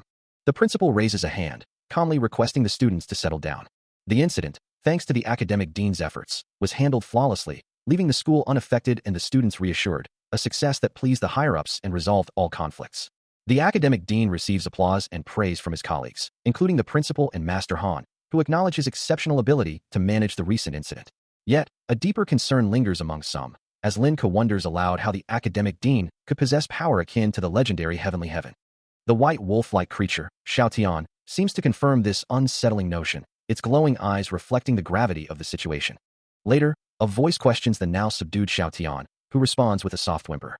Meanwhile, Xiaoyu, standing with Yuer, admits to having some involvement in the recent events. Yuer acknowledges her statement, while Xiaoyu, looking away, quickly clarifies that she wasn't the one responsible for causing the entire incident. She emphatically denies any further responsibility, her face flushed with embarrassment. Elsewhere, a phone rings, and a voice urgently calls out to Bei Ming. Bei Ming, walking away with Xiaotian by his side, is stopped by the academic dean, who demands his share of a reward. Xiaotian, in his majestic beast form, questions Bei Ming, asking if he still remembers the truth of his power. His expression thoughtful, Bei Ming acknowledges the query, stating he needs a moment to breathe and process. As if to emphasize his point, Xiaotian's form glows with an intense, purple energy, radiating immense power. Later, in a more formal setting, Bei Ming, now dressed in a sharp suit, sits beside Xiaotian, who remains in his beast form. He asks about the academic dean's unusual power, noting that it seems to be a divine ability, to which Xiaotian confirms its similarity to Heavenly Heaven. The beast's eyes glow with a fierce red light as he continues, explaining that the dean's power is not merely similar, but identical to Heavenly Heaven's. A vibrant, red aura pulses around him, emphasizing the gravity of his statement. Meanwhile, high above a towering building, a figure plummets through the air, descending rapidly. Yet, a young woman with long, light blue hair and sharp, ethereal eyes stands gracefully on a bed of clouds, her form radiating an otherworldly presence. Her gaze is distant, her expression serene, as if contemplating something far beyond the mortal realm. The school grounds remain a place of unease, as whispers continue to circulate about a troubling incident that occurred the previous afternoon, leaving some students physically harmed. Standing by the fountain, Bei Ming reflects on the situation, wondering if the academic dean will finally announce the results of the investigation today, hoping he won't have to wait much longer for answers. A female student approaches him, advising him to wait patiently, before excitedly declaring her desire for a rainbow. He agrees, telling her to come back soon, and watches her run off. Nearby, another male student openly admires a girl named Lu Li, finding it only natural to want to date someone so charming. The fountain continues to splash rhythmically, its waters undisturbed by the day's events. As time passes, Bei Ming finds himself wondering why the female student hasn't returned, a growing concern settling in. As Bei Ming stands on the school grounds, a voice calls out, asking for help to retrieve a stray ball, and he readily agrees. Suddenly, a different scene flashes into his mind, a young man looking distraught, his face flushed as he desperately pleads, "Why are you still here? Now, hurry and rescue me." A hand reaches out, or perhaps is pulled, into the encroaching darkness. A young woman's face contorts in terror, her eyes glowing with an unnatural, malevolent red. The monstrous entity, a hulking mass of fur and sharp teeth, clutches the terrified woman, while the young man from before watches in helpless horror, crying out in agony. The creature pulls the woman closer, its voice a chilling whisper, "Come and kiss me." Now the monster has seized the young man as well, who, seeing Bei Ming observing the horrific scene, desperately asks, "Why are you still here? Don't you say you're going to come and rescue me?" Both victims are now held captive by the beast, the woman's pained cries echoing, "I'm in so much pain. I'm going to die." The young man struggles futilely against the monster's grip, his desperate plea for release hanging heavy in the air. The vision continued, showing a young woman with light blue hair, her eyes closed as if in a trance, surrounded by a soft blue glow, as she murmured, disoriented, that she didn't know why she was there. Suddenly, her eyes snapped open, glowing with an intense blue light, as the blue energy around her intensified, swirling around her form. A monstrous, shadowy figure with piercing red eyes suddenly appeared, looming over her, causing her to cry out in terror, warning of something watching there. The vision shifted, focusing on her lower body, now engulfed by the swirling blue energy, as a voice lamented that this innocent girl had already been taken by the abyss, and it was too late. The voice continued, mocking a foolish human for attempting to understand its power by borrowing someone else's. The woman was now fully enveloped in a vortex of blue energy, looking up in despair, as the voice declared that the abyss was absolute, and she could only be its lady. She stood, her long blue hair flowing, eyes glowing with the power of the abyss, yet her expression remained one of profound sorrow. The monstrous entity, now wreathed in dark purple energy, reached out, its shadowy form pulling the woman towards it. Its tendrils, dark and ominous, coiled around her, completely engulfing her in the encroaching darkness. A figure emerges, wreathed in a shimmering blue aura, as ice magic swirls around her, a chilling power beginning to manifest. She gazes down, and from her command, a majestic waterfall of ice cascades into existence, its frozen spray catching the light. With a low rumble, she gathers her energy, conjuring a colossal orb of pure ice that pulses with frigid power.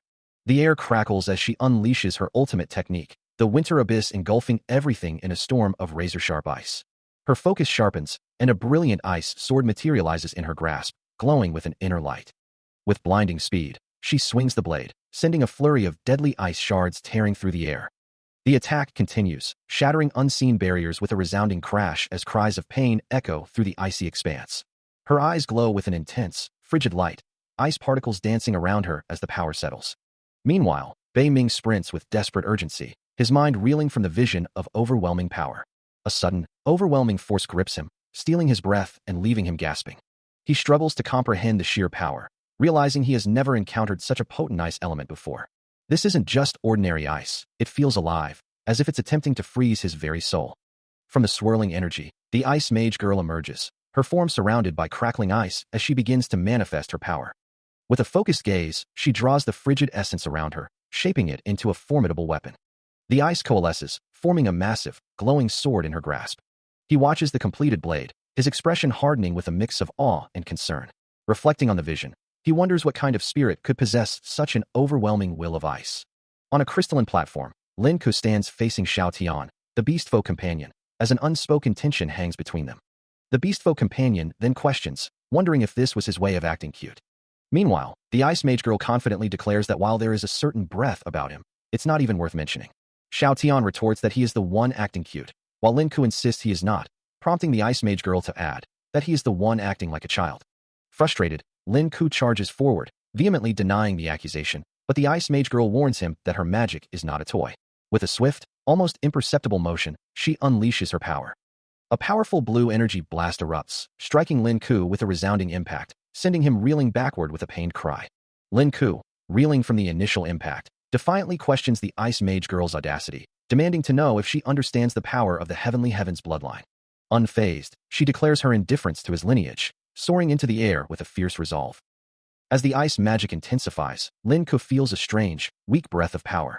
Even as a massive blast of frigid energy engulfs him, he clutches his chest, a crimson glow emanating from his heart, a testament to his resilience. The ice mage girl watches in disbelief, unable to comprehend how he could withstand such an attack. Her shock deepens as a document bearing the name Bei Ming appears, its significance momentarily eclipsing the battle. Still airborne, the ice mage girl launches herself forward, a flurry of ice shards trailing behind her as she prepares to strike. She slices through the air, enveloped in a shimmering aura of frost. Below, Lin Ku stands his ground, a defiant challenge on his lips. "You're the one who's going to die, not me." The ice mage girl looks down, a hint of exasperation in her voice as she wonders when he intends to perish, questioning if she's truly seeing fear in his eyes. Lin Ku, however, is forced to retreat, his mind reeling at the indignity of a heavenly heavens bloodline being pushed back by a mere ice mage, vowing to make her pay for this humiliation. He promises she will regret this encounter. A crimson aura flares around him, his eyes glowing with a fierce, awakened power as he acknowledges that she is no weak opponent, and he had underestimated her. With a sudden burst of speed, he unleashes a devastating counterattack, shattering the ice around him. The ice mage girl meets his gaze, her own eyes glowing with renewed determination, declaring her power to fight him. Just then, a powerful, white wolf with fiery red eyes appears, its presence radiating raw power. The ice mage girl, surrounded by sharp ice shards, prepares her next move, her gaze fixed on her opponents, her magic gathering with swift intensity. Then, with a powerful surge, she unleashes a devastating ice attack, causing a massive explosion of frigid energy. But before the full force can strike, Xiao Tian, in his imposing wolf form, suddenly appears, shielding Lin Ku from the blast, who can only stare in utter disbelief. Undaunted by the intervention, the ice mage girl's expression hardens, her resolve unwavering as she vows to end the confrontation. With a chilling declaration, she unleashes her icy blizzard dance, conjuring a swirling vortex of destructive ice magic.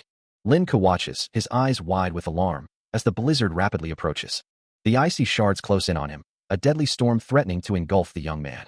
But Xiao Tian moves with incredible speed, swiftly deflecting and shattering the incoming ice with precise, powerful swipes. As he continues to fend off the assault, the wolf form protector attempts to reason with the Ice Mage girl, urging her to listen to his explanation first, even as more ice shatters around them. The icy blizzard dance continued its relentless assault, shards of frozen energy exploding with concussive force. Still shielding Lin Ku, who lay stunned on the ground, Xiao Tian, in his powerful wolf form, tried to reason with the assailant, his voice a desperate plea. "I'm sorry." His instincts screamed caution, recognizing the unusual nature of the situation. He mused that the woman seemed to be in a strange state, perhaps not truly an enemy, making a direct fight too dangerous. The Ice Mage girl, momentarily startled by his words, seemed to register his apology, but her attack didn't waver, forcing Xiao Tian to reiterate his plea for mercy. Despite his attempts at de-escalation, a powerful blast of ice struck him directly, sending a shockwave through his body. Lin Ku, witnessing the impact, could only watch in alarm as his protector was hit. The force of the magic continued to push Xiao Tian back, his body sliding across the ground as he questioned the relentless assault. More ice shards erupted around him, the continuous barrage making him exclaim in frustration. Still unable to break through the magical onslaught, he realized the Ice Mage girl was showing him no quarter. With a focused gaze, the Ice Mage girl begins to channel her power, crystalline energy coalescing in her palm, rapidly taking the form of a formidable ice spear. She continues to pour her mana into the construct, shaping it with precision. The spear grows in size and intensity, radiating an immense, chilling aura as it solidifies into a weapon of pure frozen power. With a sharp, audible swish, the ice spear is now fully formed, its edges gleaming with deadly potential. Holding the formidable weapon, she explains that this is the true power of ice, a force that can freeze even the very air around them. She continues, emphasizing that it is not merely about creating ice, but about manipulating the very essence of cold. Observing her demonstration, Bei Ming considers her words, a thoughtful expression on his face as he processes the depth of her power.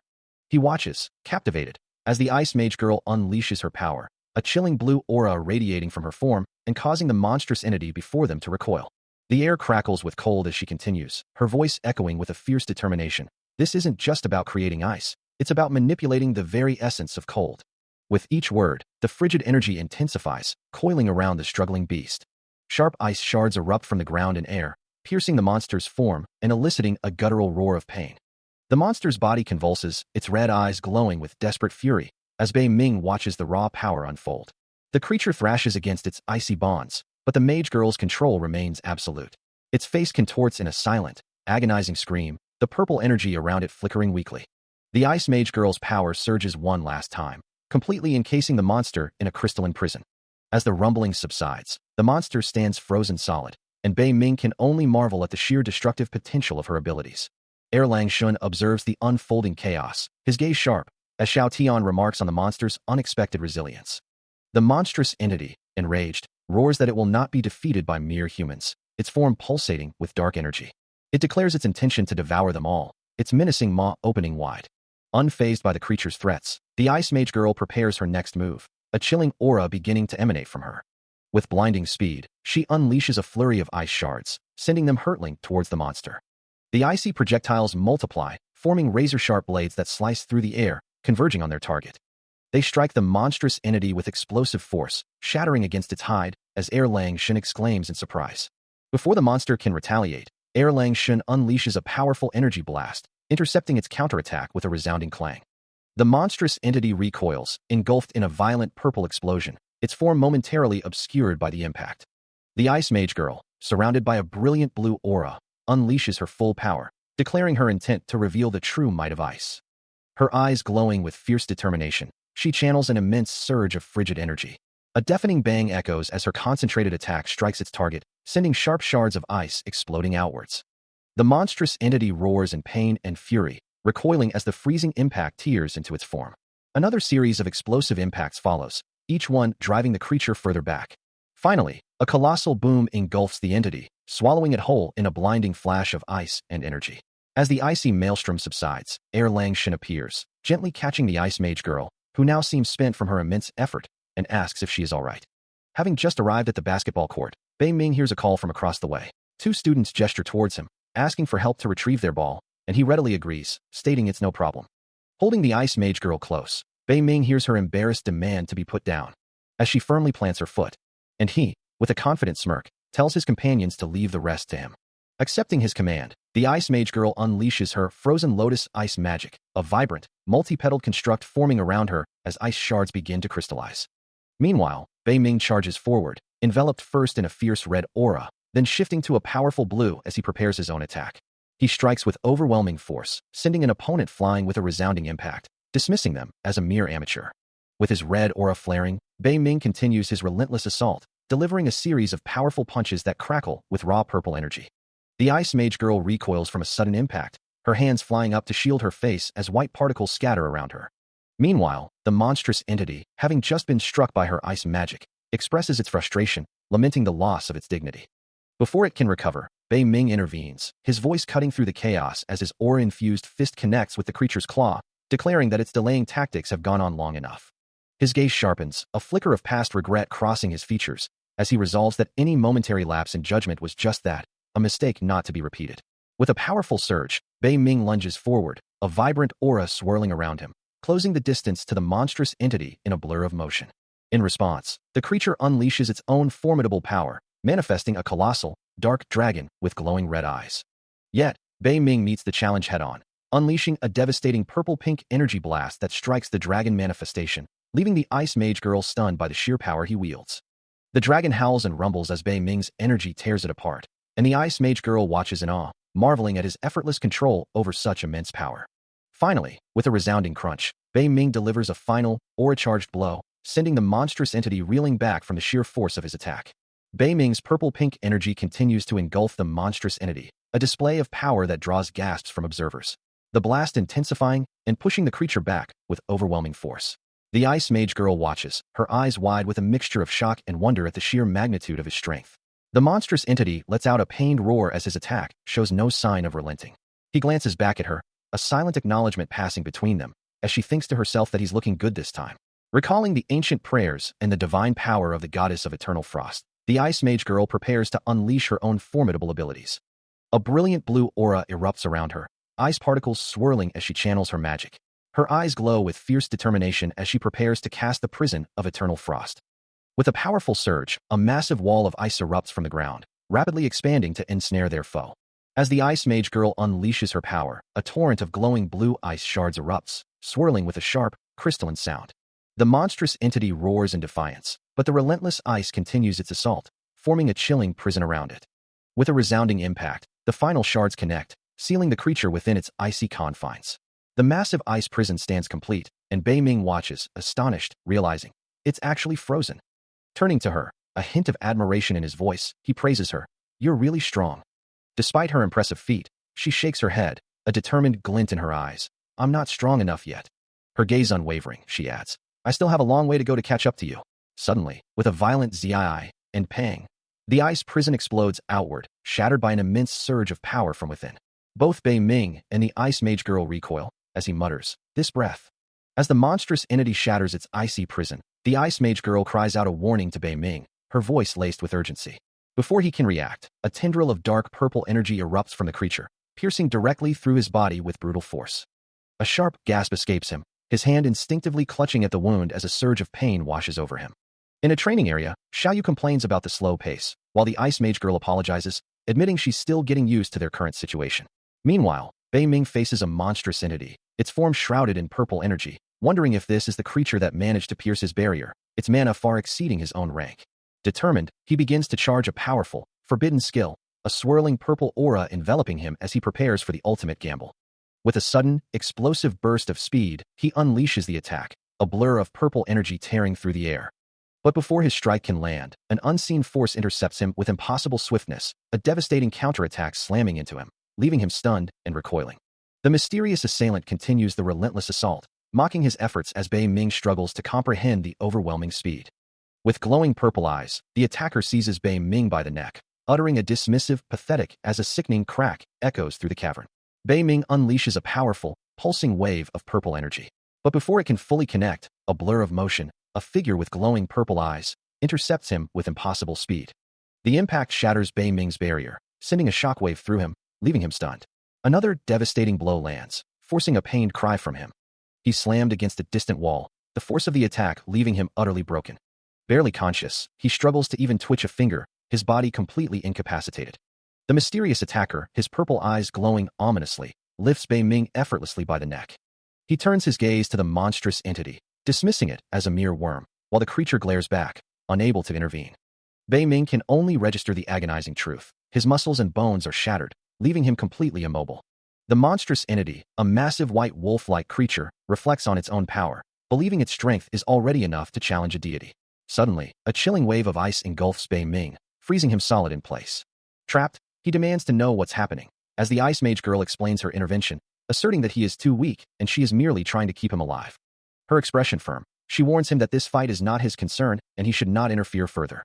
Despite his bruised face, Bei Ming defiantly retorts, insisting he is not as weak as she thinks, and as a man, he cannot simply stand by and watch.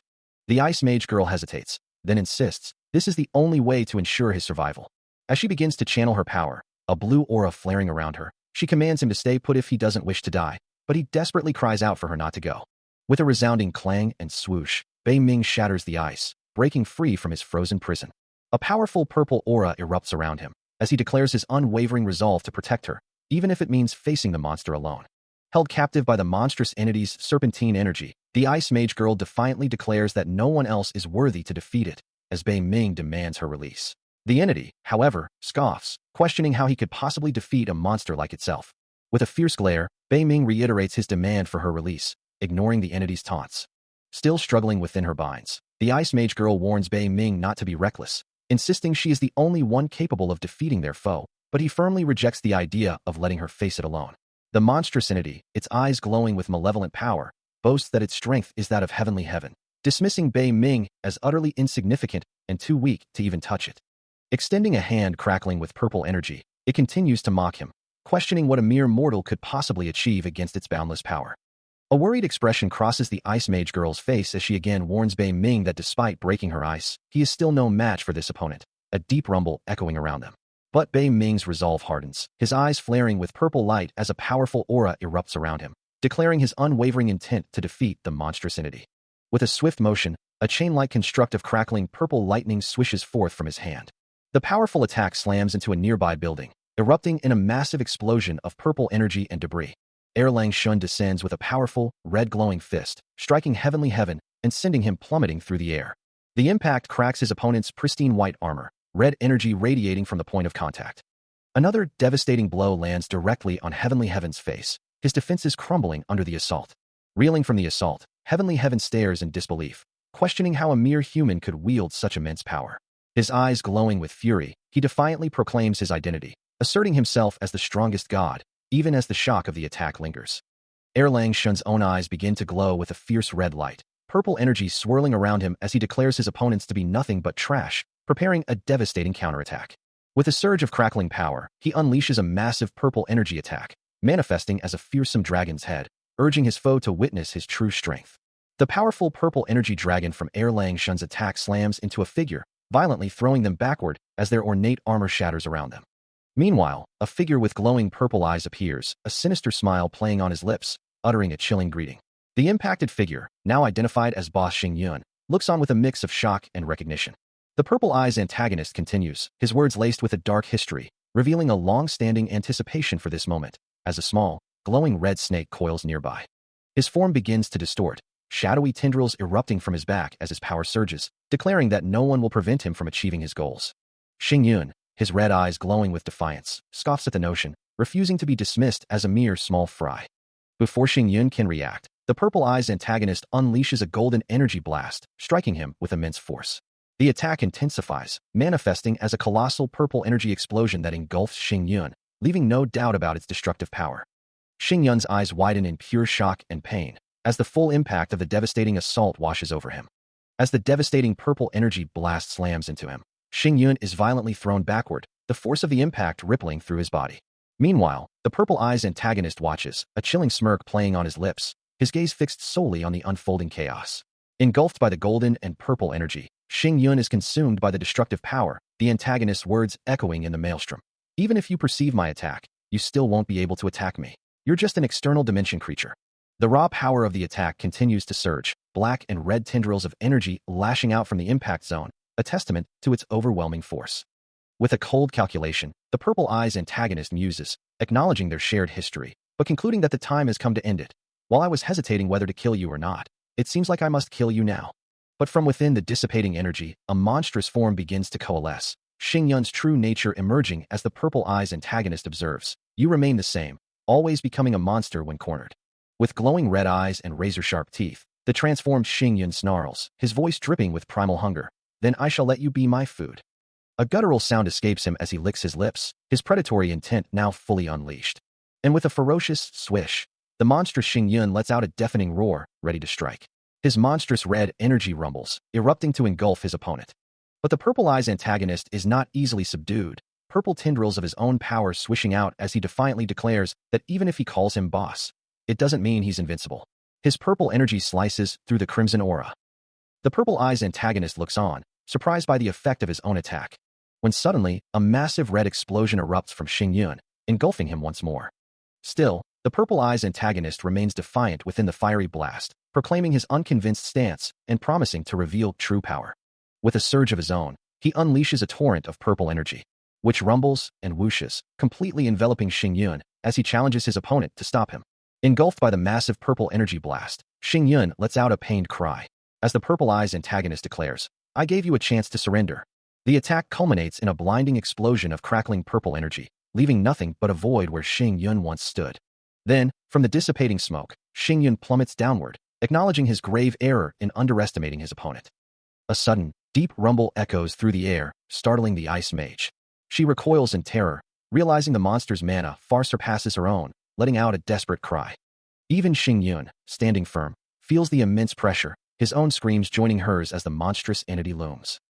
With a deafening roar, the monster unleashes a cataclysmic explosion of energy, engulfing both the Ice Mage and Xingyun in a maelstrom of fire and light. The destructive force expands, swirling into a dark, chaotic vortex. The vortex intensifies, a crimson maw devouring everything in its path. The monstrous entity's power erupts, sending out a devastating wave of red and purple energy that tears through the air. The force slams into Xingyun, who cries out as he's thrown backward, his body contorting from the impact. The Ice Mage fares no better, her own cry of pain echoing as the same destructive energy engulfs her. Xingyun struggles against the overwhelming pressure, his face etched with agony as the entity's dark mana crushes him. He can barely believe the sheer power he's facing. The Ice Mage, too, is pushed to her limits, her ice magic flickering and failing against the relentless assault. She's forced further back, her body twisting under the immense, crushing force. Xingyun's form begins to crack under the strain, his face a mask of pain as the entity's power continues to tear at him. The monstrous entity, its eyes glowing with malevolent intent, looks down upon its struggling opponents with utter disdain, questioning their very presence. The Ice Mage can only stare back, her eyes wide with shock and fear at the entity's words. The Ice Mage girl, already reeling from the monstrous entity's power, finds herself further ensnared as jagged ice shards erupt around her and Xingyun, threatening to consume them both. Her body contorting in agony, she struggles against the encroaching ice, a desperate plea escaping her lips. As the frigid prison tightens its hold, she screams, demanding the relentless assault to cease. But her defenses are no match for the entity's might, and with a deafening crack, her ice barrier shatters into countless fragments. The impact sends her flying backward, her body twisting awkwardly as the monstrous entity's power continues to surge around her, a chilling crack echoing through the air. Overwhelmed and helpless, she can only watch as the frigid energy consumes her. Finally, the Ice Mage girl is completely encased, trapped within a glowing sphere of ice, a prisoner of the entity's immense power. With its opponent subdued, the monstrous entity's power surges once more, causing the very ground to rumble and crack under the sheer force of its presence. It gazes down at its frozen captive, its fiery red eyes glowing with an unsettling intensity, a chilling question hanging in the air. Still trapped and overwhelmed, the Ice Mage girl struggles, a faint blush of fear on her face as she hopes for a miracle. Her eyes wide with terror, she can only watch as the ice encases her further, her pleas for help echoing silently. Meanwhile, the monstrous entity, now taking on a more defined, ethereal form, radiates an ominous red glow, its white hair and fiery eyes a chilling spectacle of power. Completely immobilized, the Ice Mage girl can't move her body, trapped within her icy prison. From the entity's form, a crackling beam of pure energy descends with a terrifying force. Xingyun watches in shock as the power impacts him, a crimson glow erupting around his hand. He struggles, unable to move his body as the overwhelming energy courses through his arm, leaving him bewildered and helpless. The monstrous entity unleashes a devastating burst of dark, lightning-filled power, shaking the very foundations of the surroundings. Overwhelmed by the sheer force, Xingyun screams in agony as the crackling energy consumes him. The monstrous entity, a swirling vortex of red energy and crackling lightning, continues to overwhelm Xingyun, who screams in agony as the destructive power courses through his body, while the Ice Mage girl remains frozen in her crystalline prison. He struggles against the immense force, his mind reeling from the sheer, unbearable power of the unknown entity. The entity observes, its glowing red eyes assessing the human's limits, wondering if his body can truly withstand the torrent of its power, deciding to maintain the flow just a little longer to see what happens. But Xing Yun's endurance is failing, his body on the verge of exploding from the overwhelming energy. The entity recognizes this critical point, concluding that it cannot push him any further and must take matters into its own hands. Then, with a surge of renewed power, it prepares to unleash its own destructive force. Its wolf-like form solidifies, radiating an even more intense crimson aura, as it declares its intent to destroy everything in its path. A powerful, lightning-infused strike erupts from its claw, a resounding clang echoing as it unleashes its fury. Its glowing red eyes narrow, contemplating the human's fate, as it reaffirms its decision to act independently. The monstrous entity's assault continued, a blinding flash of golden energy erupting with a deafening bang, followed by a deep rumble that shook the very air. The explosive force intensified, a sharp, tearing sound accompanying the expanding energy. Caught directly in the path of the devastating lightning, Xing Yun found himself engulfed by the crackling, destructive power. He gritted his teeth, struggling against the overwhelming force, as the entity's voice echoed, "You need to be taken care of, small fry." From the depths of its slumber, a monstrous entity stirs, its glowing red eyes opening as a guttural voice echoes, demanding to know who dares disturb its rest. Looking down upon the scene of destruction, the creature reiterates its furious question, its gaze fixed on the small figures below, including Bei Ming, who stands amidst the rubble. Without warning, the entity unleashes a devastating purple energy blast from its maw, tearing into the ground with an explosive force. Multiple purple projectiles follow, raining down with a whooshing sound, each impact adding to the chaos as the creature's enraged question echoes once more. Its eyes burning with an infernal glow, the entity snarls, purple lightning crackling violently around its form, a clear sign of its escalating power. With a deafening crackle, it gathers a massive sphere of divine thunder, pulsating with destructive energy. Its voice dripping with malice, the monstrous entity declares the demise of the mortal boys who dared to speak of stopping it, promising their absolute end. The monstrous entity's words echo in Bei Ming's mind, a chilling promise of death for daring to challenge its might. He clenches his jaw, a silent defiance forming within him, refusing to accept such a fate. The entity's voice booms once more, its fury palpable, as Xiao Tian watches on, a grim expression on his face. It mocks their perceived weakness, promising their demise, but Xiao Tian's gaze remains unwavering, ready for the inevitable clash. With a terrifying roar, the monstrous entity unleashes a devastating torrent of divine thunder, striking the very ground beneath them with cataclysmic force. As the dust settles, Bei Ming's expression hardens, his resolve unwavering despite the overwhelming power displayed. Xiao Tian, too, remains steadfast, his own determination mirroring that of his companion. Bei Ming's voice rings out, a challenge against the entity's arrogance, declaring that he will reclaim what was taken. His eyes glow with fierce resolve, ready to face the impossible. Lin Ku's mind drifts, a blush rising to his cheeks as he recalls a pivotal moment, a memory of what happened next. He had stood on a desolate, lightning-scarred plain, facing a colossal, shadowy entity, feeling a surge of raw power, and a strange anticipation for the strength he was about to witness. A faint smile touched his lips, a quiet acknowledgement of the challenge, as he truly looked forward to what was coming. The world around them was a testament to destruction, a ruined city under a perpetually stormy sky, overshadowed by a glowing, ringed celestial body. Then, with a deafening impact, the attack struck. Lin Ke found himself engulfed in a swirling vortex of crimson energy, his body twisting under the immense force, realizing with a jolt that the power was indeed as formidable as he had anticipated. The overwhelming assault left him unconscious, his face etched with the agony of defeat. A single word escaped his lips, a quiet admission of failure, a whispered sorry. Even in his unconscious state, a lone tear traced a path down his cheek, a silent echo of the crushing blow. A sudden jolt rips through him, and Lin Ku's eyes snap open, a voice echoing in his mind, demanding he rise. As he struggles to his feet, a stark realization dawns on him. He is trapped within a mirrored world, with a pocket watch serving as his only potential escape. Looking around in disbelief, he exclaims his return, yet a wave of confusion washes over him at the unfamiliar surroundings.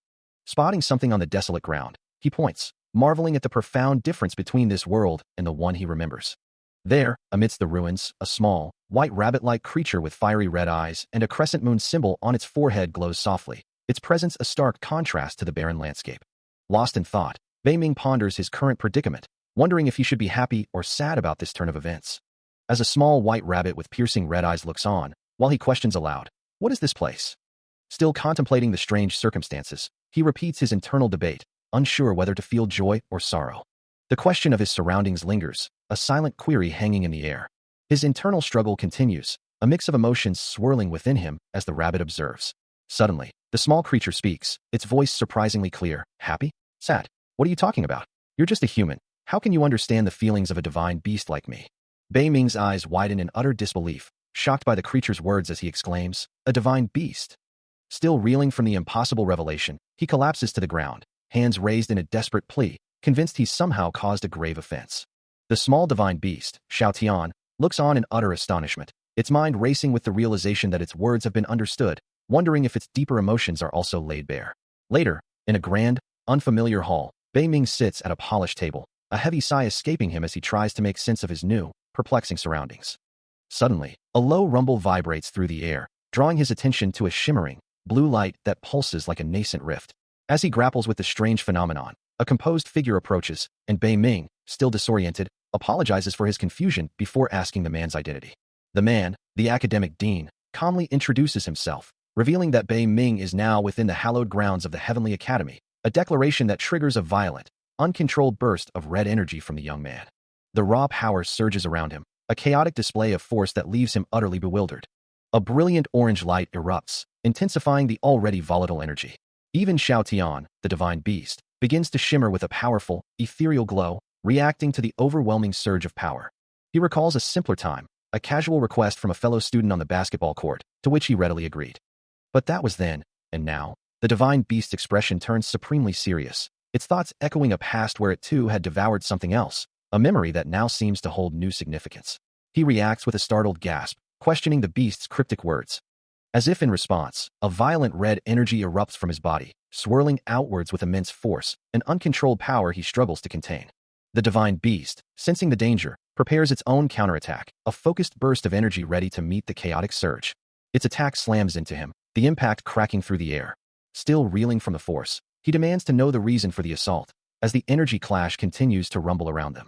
The beast, its eyes glowing with fierce determination, reveals the truth. This immense power is a manifestation of the Heavenly Academy itself. Amidst the revelation, a magnificent, glowing sword materializes, its name now known. Bei Ming stares at the object before him, a sense of disbelief washing over him as he mutters, "Unbelievable. I've heard about it, but looking at it, it's appearing to be just an ordinary rusty sword." Meanwhile, a small, cat-like creature explains that heavenly weapons should never be underestimated, for even a low-ranked one can cut through a mountain with ease, a fact Bei Ming should already know. Still skeptical, he questions, is it true, or not? Is this sword really powerful? The creature scoffs, asserting, of course. It's normal if you humans don't understand. In ancient times, the heavenly weapon of the gods was the only thing that could defeat the demon beasts, playing a crucial role in the war of the gods. The small creature reiterates, its voice firm. I said it's normal if you humans don't understand. It's a heavenly weapon, you know? Yet, despite its legendary status and the creature's insistence, all those who have seen it still describe it as nothing more than a rusty sword. As Bei Ming observes the ancient, rusty blade, Xiao Tian explains that while it may appear ordinary, this is a legendary heavenly weapon, a relic from the war of the gods against demon beasts. He continues, detailing how these weapons were forged from the very essence of the gods, possessing the power to cleave mountains and rivers, yet their true form remains hidden from mortal eyes. The small creature's words echo in the air, as the rusty sword remains stubbornly unchanged, a stark contrast to the immense power it supposedly holds. Bei Ming can only wonder at the discrepancy, as Xiao Tian reiterates that the weapon's appearance is merely a disguise, a way to conceal its true, terrifying might. Suddenly, a deep rumble echoes through the air, and the rusty blade begins to glow with an intense, fiery energy, cracks appearing in the ground around it. With a powerful swoosh, the sword fully ignites, enveloped in a brilliant, orange-red aura. Bei Ming stares, wide-eyed, at the incredible transformation, a sense of profound unease washing over him as the weapon's true power manifests. Just as the sword reaches its peak luminescence, a figure appears, grasping the now glowing blade. It is Xing Yun, his voice filled with triumph as he exclaims, "You actually did it, little brother." Both Bei Ming and Xiao Tian look on in stunned silence, the sudden appearance of Xing Yun and his words adding another layer of mystery to the activated heavenly weapon. The heavenly weapon, now fully activated, hums with raw power in Xing Yun's grasp, its fiery glow intensifying as it vibrates violently. His eyes narrow, focused on the weapon's sudden surge of energy. With a powerful motion, he begins to swing the glowing blade, carving a brilliant arc through the air. The force of the swing generates a wide, circular wave of energy, rippling outwards from the blade. He continues his rapid movements, leaving multiple glowing trails of energy in his wake. The fiery energy of the weapon expands with each swift motion. Then, as suddenly as it began, the powerful display ceases, the energy dissipating around him. He looks down at the weapon, a questioning expression on his face as he processes the incredible sensation. A faint, residual glow still emanates from the blade. With a powerful swing, Xingyun unleashes a surge of energy from the heavenly weapon, the air crackling around him. As red energy flares around his hand, he considers the implications of his actions, questioning if his goal requires life or death. A potent aura of crimson energy erupts from his form, signaling his full power. The heavenly weapon itself glows with an intense, volatile light, fully charged and ready to unleash its destructive force. With a determined expression, he declares his singular purpose, to strip away immortality. Suddenly, his hand shoots out, seizing Xiao Tian, demanding the rabbit be handed over, threatening to eliminate them both. The small rabbit-like creature, caught in the grasp, laments his fate, apologizing for dragging others into his desperate quest to become a god. Just as despair threatens to consume him, Bei Ming's hand reaches out, glowing with protective energy, vowing to find a way to save the rabbit. A massive explosion erupts, as Xingyun declares that Xiao Tian will indeed be allowed to become a god. As the immense power of the heavenly weapon surged, Xiao Tian could only look on in terror, his voice filled with regret, wondering if he could undo his past actions and if there was still a chance for them to work together. A blinding rush of energy erupted from Xingyun, manifesting as a colossal, glowing, root-like structure that pulsed with raw, destructive force. Witnessing the terrifying display, Bei Ming cried out in alarm, his hand crackling with lightning as he desperately tried to intervene. But Xingyun merely glanced at him, his eyes glowing with cold power, dismissing the attempt with a chilling question, asking what he could possibly do. He then declared his true intention, stating that Xiao Tian's immortality was a mistake that needed to be rectified. The root-like energy then surged, consuming Xiao Tian entirely, who screamed in agony as his very being was torn apart. Xingyun watched the suffering unfold, his glowing eyes fixed on the beast folk, confirming that this was indeed the power of the heavenly weapon. The weapon's full might manifested as a colossal, fiery blade, its destructive energy radiating outward, a testament to its terrifying capabilities. As the heavenly weapon's roots tear into Xiao Tian's form, his body racked with agony, his screams echo, declaring his immortality is being violently stripped away. Xingyun watches, his expression cold, as he declares this to be the true power of the heavenly weapon, the ability to strip away even immortality itself. He continues, asserting that the one who once claimed godhood will now be reduced to a mere mortal. Xiao Tian's body contorts further, his desperate pleas echoing as he rejects the fate of mortality and death. A massive explosion of energy erupts from the center of the ritual. Bei Ming watches the devastating display, his face etched with horror and regret, calling out Xiao Tian's name in a pained apology. His apology repeats, a heavy burden of guilt settling upon him. Overwhelmed, he collapses, his strength giving out. Before he can hit the ground, a familiar figure catches him, a sharp exclamation escaping their lips. A young woman with flowing light blue hair watches with a concerned expression, her cheeks flushed, as she quietly wonders if he has finally fallen asleep. Meanwhile, the one who endured the ritual, his eyes closed in exhaustion, lets out a soft sigh of relief, finding a moment of peace amidst the chaos. Far above, the antagonist, his hand reaching out as if to grasp the void, gloats over his defeated foe, declaring that his esteemed target foolishly attempted to escape him. On a bustling campus, students move about their day. As Bei Ming, accompanied by the small, furry Xiao Tian, obliges a request from some classmates, agreeing to help them with a ball. But Xiao Tian, his fiery eyes narrowed in exasperation, quickly reminds him of his past misdeeds, accusing him of trying to kiss the goddess Yuer and questioning his gratitude. He vividly recalls the moment Lang Shun, blade poised, nearly ended Bei Ming's life, a fate only averted by Xiao Tian's intervention. At the painful memory, Bei Ming's face twists in a furious command, ordering the beast to silence. Unfazed, Xiao Tian continues his bitter lament, questioning why he always cleans up Bei Ming's messes, and, more perplexingly, why he's so happy to do it. Xiao Tian, in his majestic beast form, sighs with exasperation, his large paw resting gently on a young Bei Ming's head. He gives the boy's head a soft pat, resigned to the familiar task of cleaning up another mess. Bei Ming's memories are a fragmented haze, recalling only a fleeting attempt to kiss the goddess Yuer before the sudden, furious arrival of Lang Shun. In the flashback, Xiao Tian's beast form roars, enveloped in crackling purple energy, a formidable shield against an unseen, powerful adversary. The adult Bei Ming reacts with wide-eyed surprise, the realization dawning on him. He reflects on the past, acknowledging that Xiao Tian had always been there, tirelessly cleaning up his troubles, a fact he can no longer deny. Xiao Tian's beast form leans closer, his voice firm and knowing. He insists that Bei Ming's attempts to conceal the truth are utterly futile. Bei Ming's thoughts drift further back, to a time before his reincarnation, when he reigned as a god among gods, commanding untold treasures. A monstrous, fur-covered entity with glowing red eyes looms, its form a chaotic mass of power. Then, a majestic white wolf with fiery red eyes appears, its gaze sharp and intense. This was the power of the gods, a force that even heavenly heaven could not fully control, a strength that could only be managed by those who truly understood its essence. For true accomplishment wasn't about simply hunting and attacking, but about releasing the power of the devourer itself. As these thoughts swirl, Bei Ming muses, there's always a loophole, right? He considers the implications of this society and the immense power of the gods, recognizing its formidable strength. Even with the aid of the devourer, he barely managed to escape a past confrontation, his body glowing with golden energy as he fought. If this power could be harnessed, it would undoubtedly be beneficial, and Bei Ming resolves to use this opportunity to manage its immense force. Xiao Tian, observing his master's resolve, expresses disbelief. I can't believe it's come to this. He then asks, what? Give up. Back in the mundane world, a voice calls out to him from the basketball court, asking if he could help throw the ball over.